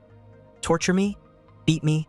And then force yourself on me again? Raphael seemed to think of something that made him happy, and his face flushed. How could I possibly treat you like that? I'll make sure you stay just like this forever. For this, I practiced making specimens for a long time. When the time comes, you'll be able to stay with me every single day. Rue suddenly remembered that deer from last time. Then what about the day of the summer ball? That day, I was originally supposed to leave with you, but I don't remember anything. I clearly didn't drink that much. You drugged me, didn't you? At a time like this, Raphael couldn't even be bothered to pretend anymore. So what if I did? Weren't you drinking happily? The next second, he suddenly exploded in anger. Didn't I tell you to wait for me there? Why did you leave? The carriage was right behind. I just told you to wait a bit. Why weren't you there anymore? Rue thought, now it all lines up. He left, so Arail must be the child's father. Seeing that Rue kept silent, Raphael suddenly lost control and grabbed him violently. I clearly gave the order. Why didn't you wait for me? And you even nodded in response to my confession. Rue fell silent. That was only because the drug was forcing me. So what? I had waited so long.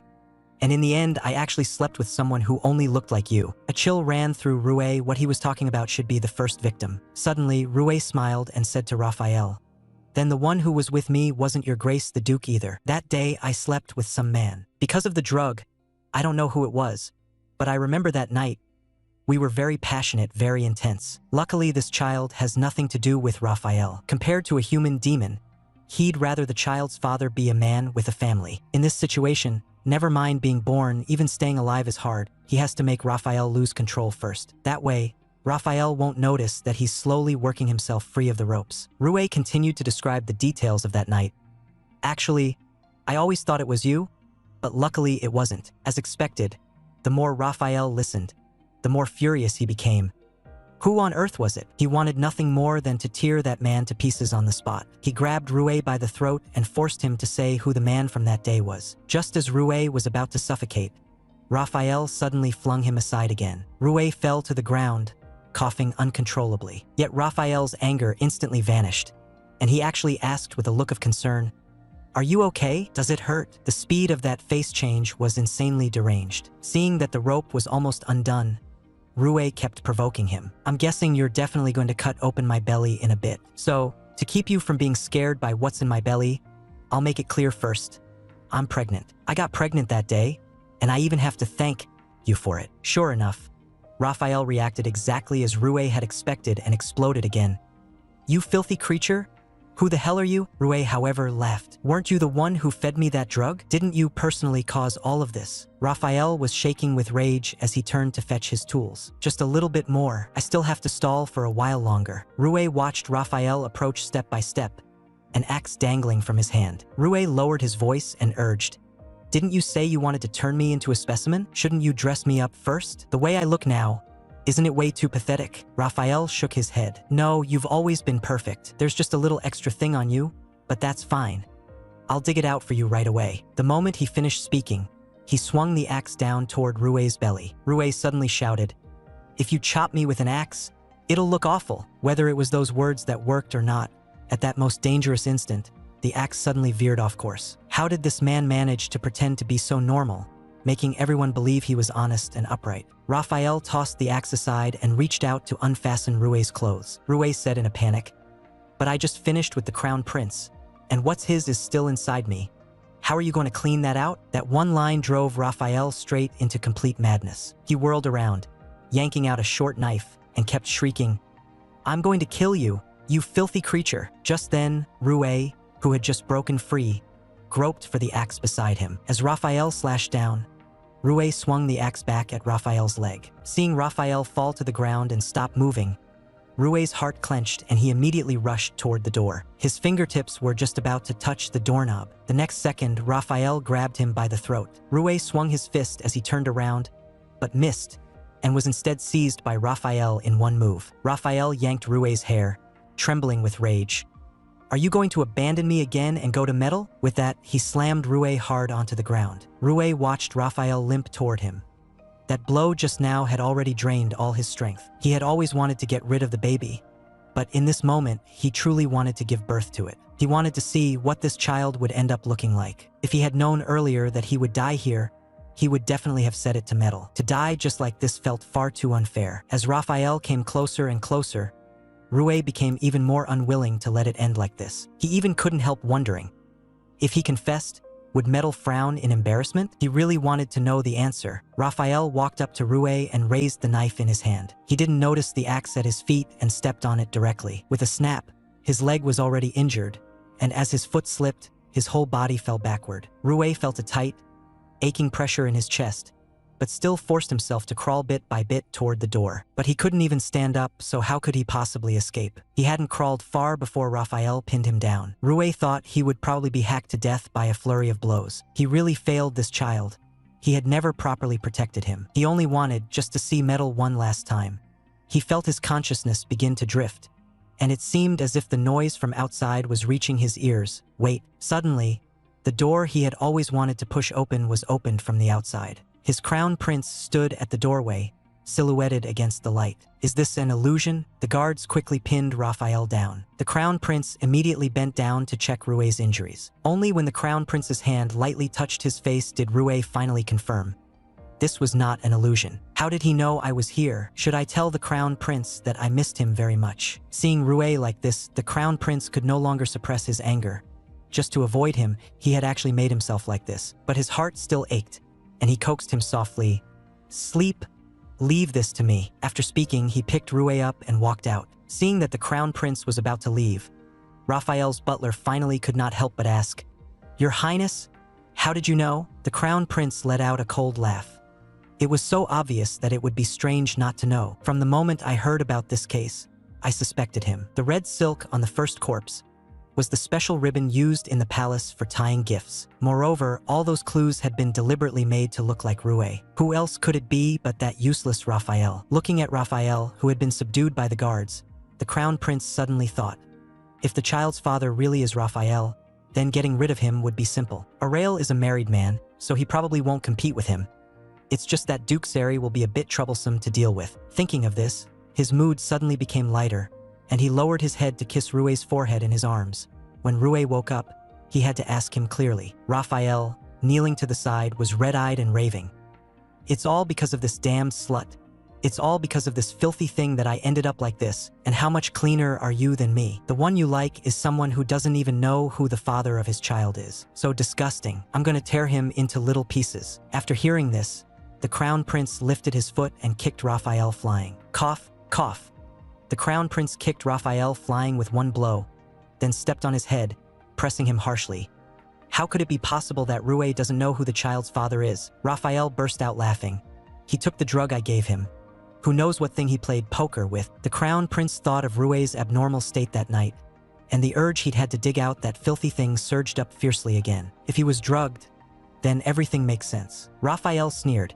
You've also played poker with this filthy creature, haven't you? You actually hold in your arms someone carrying another man's bastard. The crown prince raised his foot and kicked him in the head again, and I even happily showed off to him. It's my child, and everything about him will be mine. I finally managed to make up my mind to let him give birth to this child, and I never thought it would turn out like this. Rue walked into the dream, but waited a long time without seeing Xiaolong. He remembered how every time Xiaolong would babble and fuss in front of him. Rue suddenly panicked.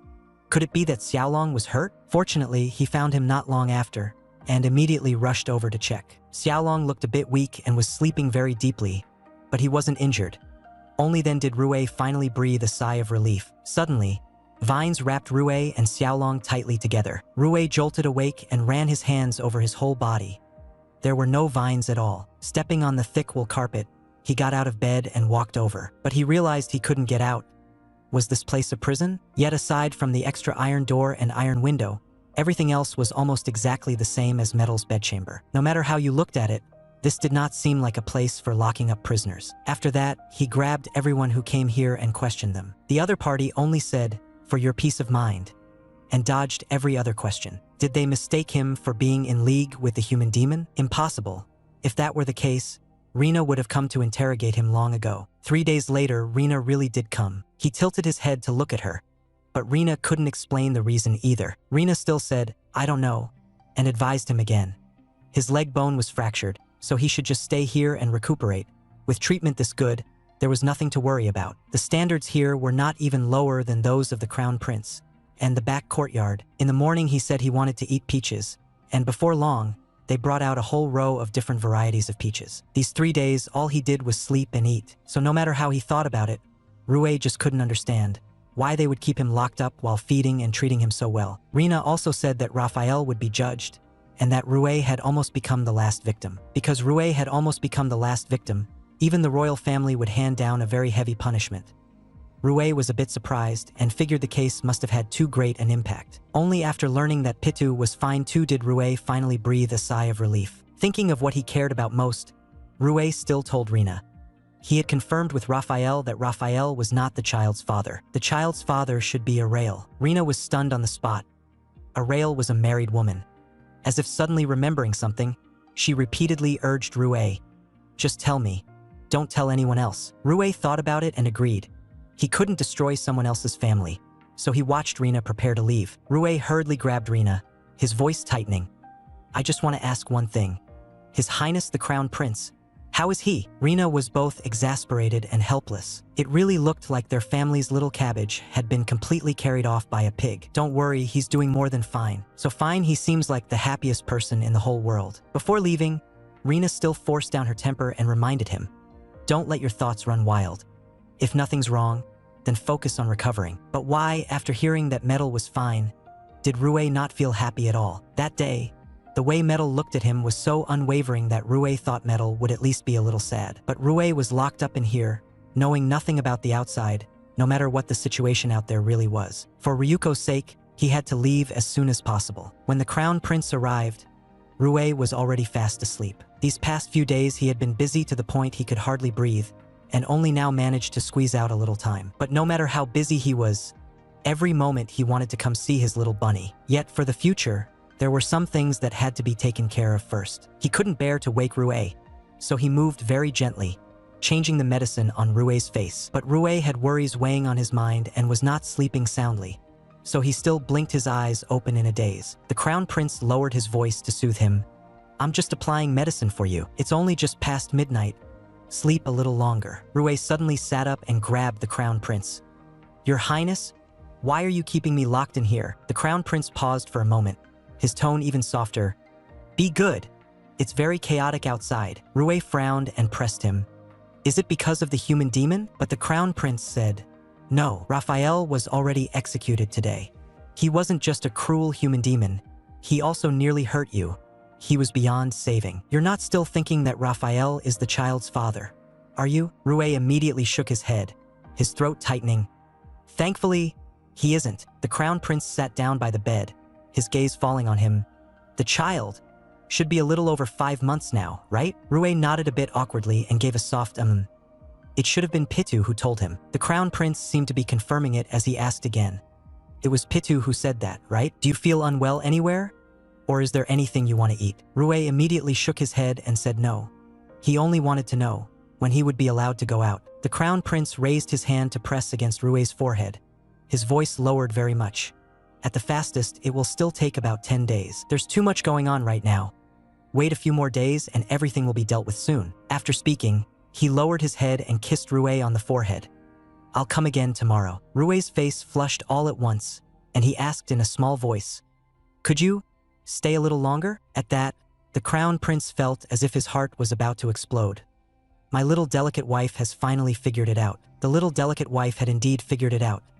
One string of improper remarks from the Crown Prince made Rui so teased that even the tips of his ears turned completely red. Only our long Huizi silently bore everything, and the two of them kept going all the way until breakfast time. Hearing the attendants knock on the door, Rui hurriedly panicked and stopped them from coming in, forcing himself to find an excuse. "I'm still sleepy. Bring it over later." Rui really was exhausted to the limit. His eyelids kept drooping. He asked His Royal Highness the Crown Prince in a low voice, "Are you going to leave?" The Crown Prince kissed him again, his tone very steady. "I'll leave after you fall asleep." But Rui had no idea at all about everything happening outside. Today, the royal family made a public statement. Sir Rui Alexa is 5 months pregnant, and his wedding with the Crown Prince is being prepared in great haste. When Rui's younger sister Joan saw the newspaper, her heart sank. "A Crown Princess-to-be has appeared in our family, and I actually only found out by reading the paper. No matter how I think about it, it doesn't feel like something to be happy about." His second brother held back a laugh at the side and comforted him. "Don't pull a long face. You're just jealous that Big Brother can marry into the imperial family, and deep down you still feel Big Brother was snatched away by the Crown Prince. Relax. I'll look out for you every day from now on." But this didn't coax Joan at all. With a second brother this unreliable, Whenever he opened his mouth, he only made things worse. In the second guard room, Rina, Pitu, and the others were completely stunned by this series of actions from the Crown Prince. After all, Rue had already confirmed that the child was Arael's. Yet the Crown Prince seemed determined to raise this child as if it were his own. This matter involved the future heir to the throne, and Rue would very likely never be able to return to work. Now that the Crown Prince was protecting Rue like a treasure, Rina's head started to ache the moment she thought about how she would have to work twice as hard in the future. She lowered her head and kissed Pitu on the forehead. "I'm going to work. See you tonight." Pitu's face flushed so red it was burning. "Be safe." Ahem. When on earth did these two get together? Who wouldn't want days where you can just lie flat and do nothing? Not only is there good food and drink served to you, at night there's even the handsome Crown Prince personally taking care of him. But Rue still only wanted to get out as soon as possible. And the way people here did things made him increasingly unable to figure them out. First, they measured him from head to toe. They even had to measure the size of his fingers. Were they checking whether he'd been fattened up? And they all looked like they were in a hurry. A few days passed like this. His injuries were almost healed, and finally the chief steward of the Crown Prince's palace came to escort him out. He turned back to look at this place, and a sudden pang of reluctance rose in his chest. He thought as he got into the carriage, with this departure, his game with Metal should also come to an end. Although Metal had said he could help Rue settle everything in the empire, Rue knew the child was Arael's. For the sake of keeping both sides from being implicated, leaving was the best choice. It was just that, if he did so, he might never see Metal again. But what else could he do? His belly was already starting to show. Thinking of this, Rue finally made up his mind. He looked at the supervisor who had always treated him with great respect and thanked him sincerely. "Thank you for taking care of me during this time." But the supervisor immediately replied, "You don't have to thank me. This is what I should do." He thought that in the future, he might not trouble the other party anymore either. This carriage was taking the road home, and perhaps this was its last trip. Once back home, he still had to explain everything to his parents and ask them to keep his secret. For now, he could only rely on them to take him away from here. As for Joan and Kuri, it was better not to let them know. The moment Rue stepped through the door, he realized the attendants had been waiting for some time. The formation welcoming him today was actually this grand. He didn't think much of it, assuming it was just because he hadn't come home for so long. He turned his head and asked the butler, "Where are father and mother?" The butler replied respectfully, "In the imperial palace." Rue was a bit curious. Was the palace holding another ball? Rue had just been about to ask, "Is the palace holding another ball again?" when the butler was about to answer, only to be interrupted by Joan, who was coming down the stairs. "My God, you still remember which way your front door opens?" Rue felt a little awkward. "Why do you have to talk in such a snarky way?" Joan said, aggrieved and stifling her anger. "What do you think? My own brother, over 5 months pregnant before marriage, and in a few days he's going to marry the Crown Prince. And I, as his younger sister, actually only found out from the newspapers." I said, "Sister Joan, you've really misunderstood him. That Crown Princess-to-be himself is still being kept completely in the dark." A moment later, Rue got back into the carriage and headed straight for the Crown Prince's palace. He couldn't believe it. He flipped through the newspapers, one after another, in his hands. The newspaper said that he and Metal were going to get married next Saturday. But how could he not know anything about it at all? By the time he rushed to the Crown Prince's palace, Metal was already waiting for him at the palace gate. In his anxiety, Rue thrust the newspaper in front of him. "Your Highness, this is bad. The newspaper says we're going to get married." The Crown Prince steadied him, speaking very softly. "Your leg still hasn't fully healed. Don't rush like this. You need to be even more careful now." Rue was practically going out of his mind with worry. The paper even said the child was the Crown Prince's, so how could Metal not be the least bit anxious? Of course Metal wasn't anxious. This was his doing to begin with. Smiling, he took Rue's hand and turned to lead him toward the greenhouse in the back garden. The greenhouse in the rear garden had been decorated especially beautifully today, but Rue only spaced out for a brief moment, because all this was nowhere near enough to smother the panic in his heart. How was it that he was about to marry the Crown Prince? Metal smiled and told him to calm down, saying he had known about it for a long time. Rue was even more confused. If he knew, how could he still be this composed? Looking at this little spoiled wife who still hadn't figured out what was going on and was standing there in a daze, Metal had no choice but to patiently explain things first. "The day Raphael was arrested, the fact that you were pregnant was exposed, and everyone present knew. This concerned the royal bloodline, so it was impossible to hide. What's more, at that time you didn't even know who the child's father was." Rue actually didn't want to bring up this topic at all, especially in front of the crown prince. But now he had to make it clear. Who is it? I think I probably already know who the child's father is. When the crown prince heard this, his heart suddenly gave a violent throb, and he immediately pressed, "Who is it?" When Rui said, "Counter-rail," the crown prince's gaze uncontrollably dimmed for a moment, and he said softly, "Didn't you say you didn't remember? Didn't you say you didn't remember?" Rui did not evade the question and told him everything he knew. Someone had seen him and a red-haired person enter and in that day, and in the royal family, the only one with red hair was a rail. What the crown prince had feared most was how Rui would see him after learning the truth. Fortunately, Rui still hadn't guessed it was him. The crown prince had to seize this opportunity.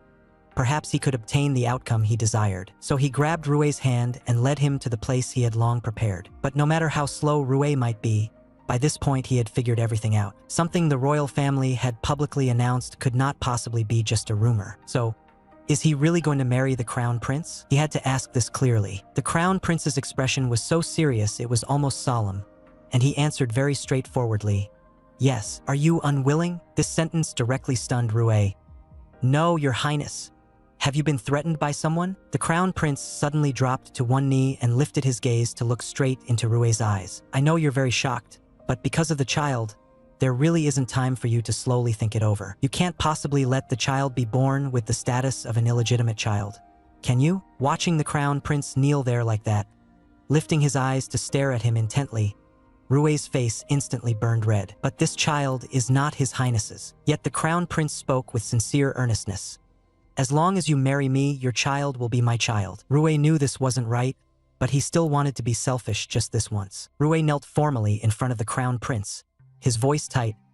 "Why are you doing this? I'm just a character in your game. I called it a game only because I was afraid you'd run away." He added in a low voice, "Every single second I've spent with you is something I fought tooth and nail to obtain. How could it possibly be just a game? From the very start at the academy, the person I liked from beginning to end has only ever been you." When Rui heard this confession, his whole body went rigid, unable to believe it.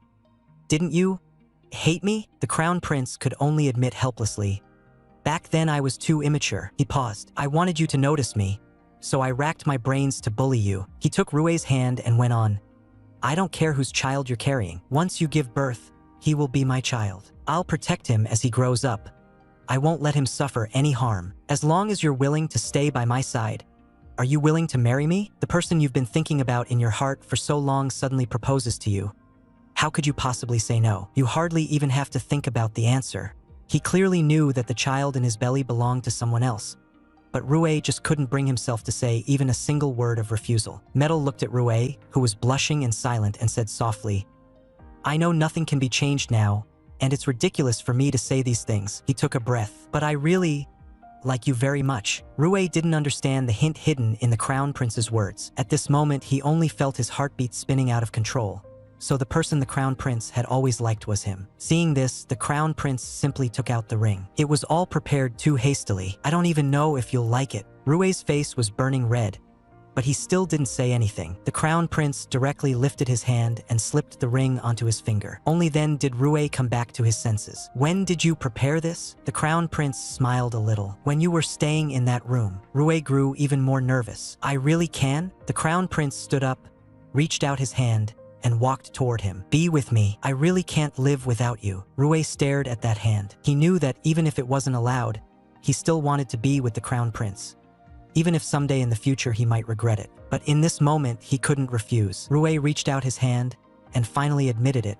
He liked metal. At that, the crown prince finally let out a sigh of relief. Wanting to immediately make his claim, the crown prince grabbed Rui and impatiently ran toward the bedchamber. Of course, in the end, it was our little dragon cub who took on everything again. The wedding day went absurdly smoothly.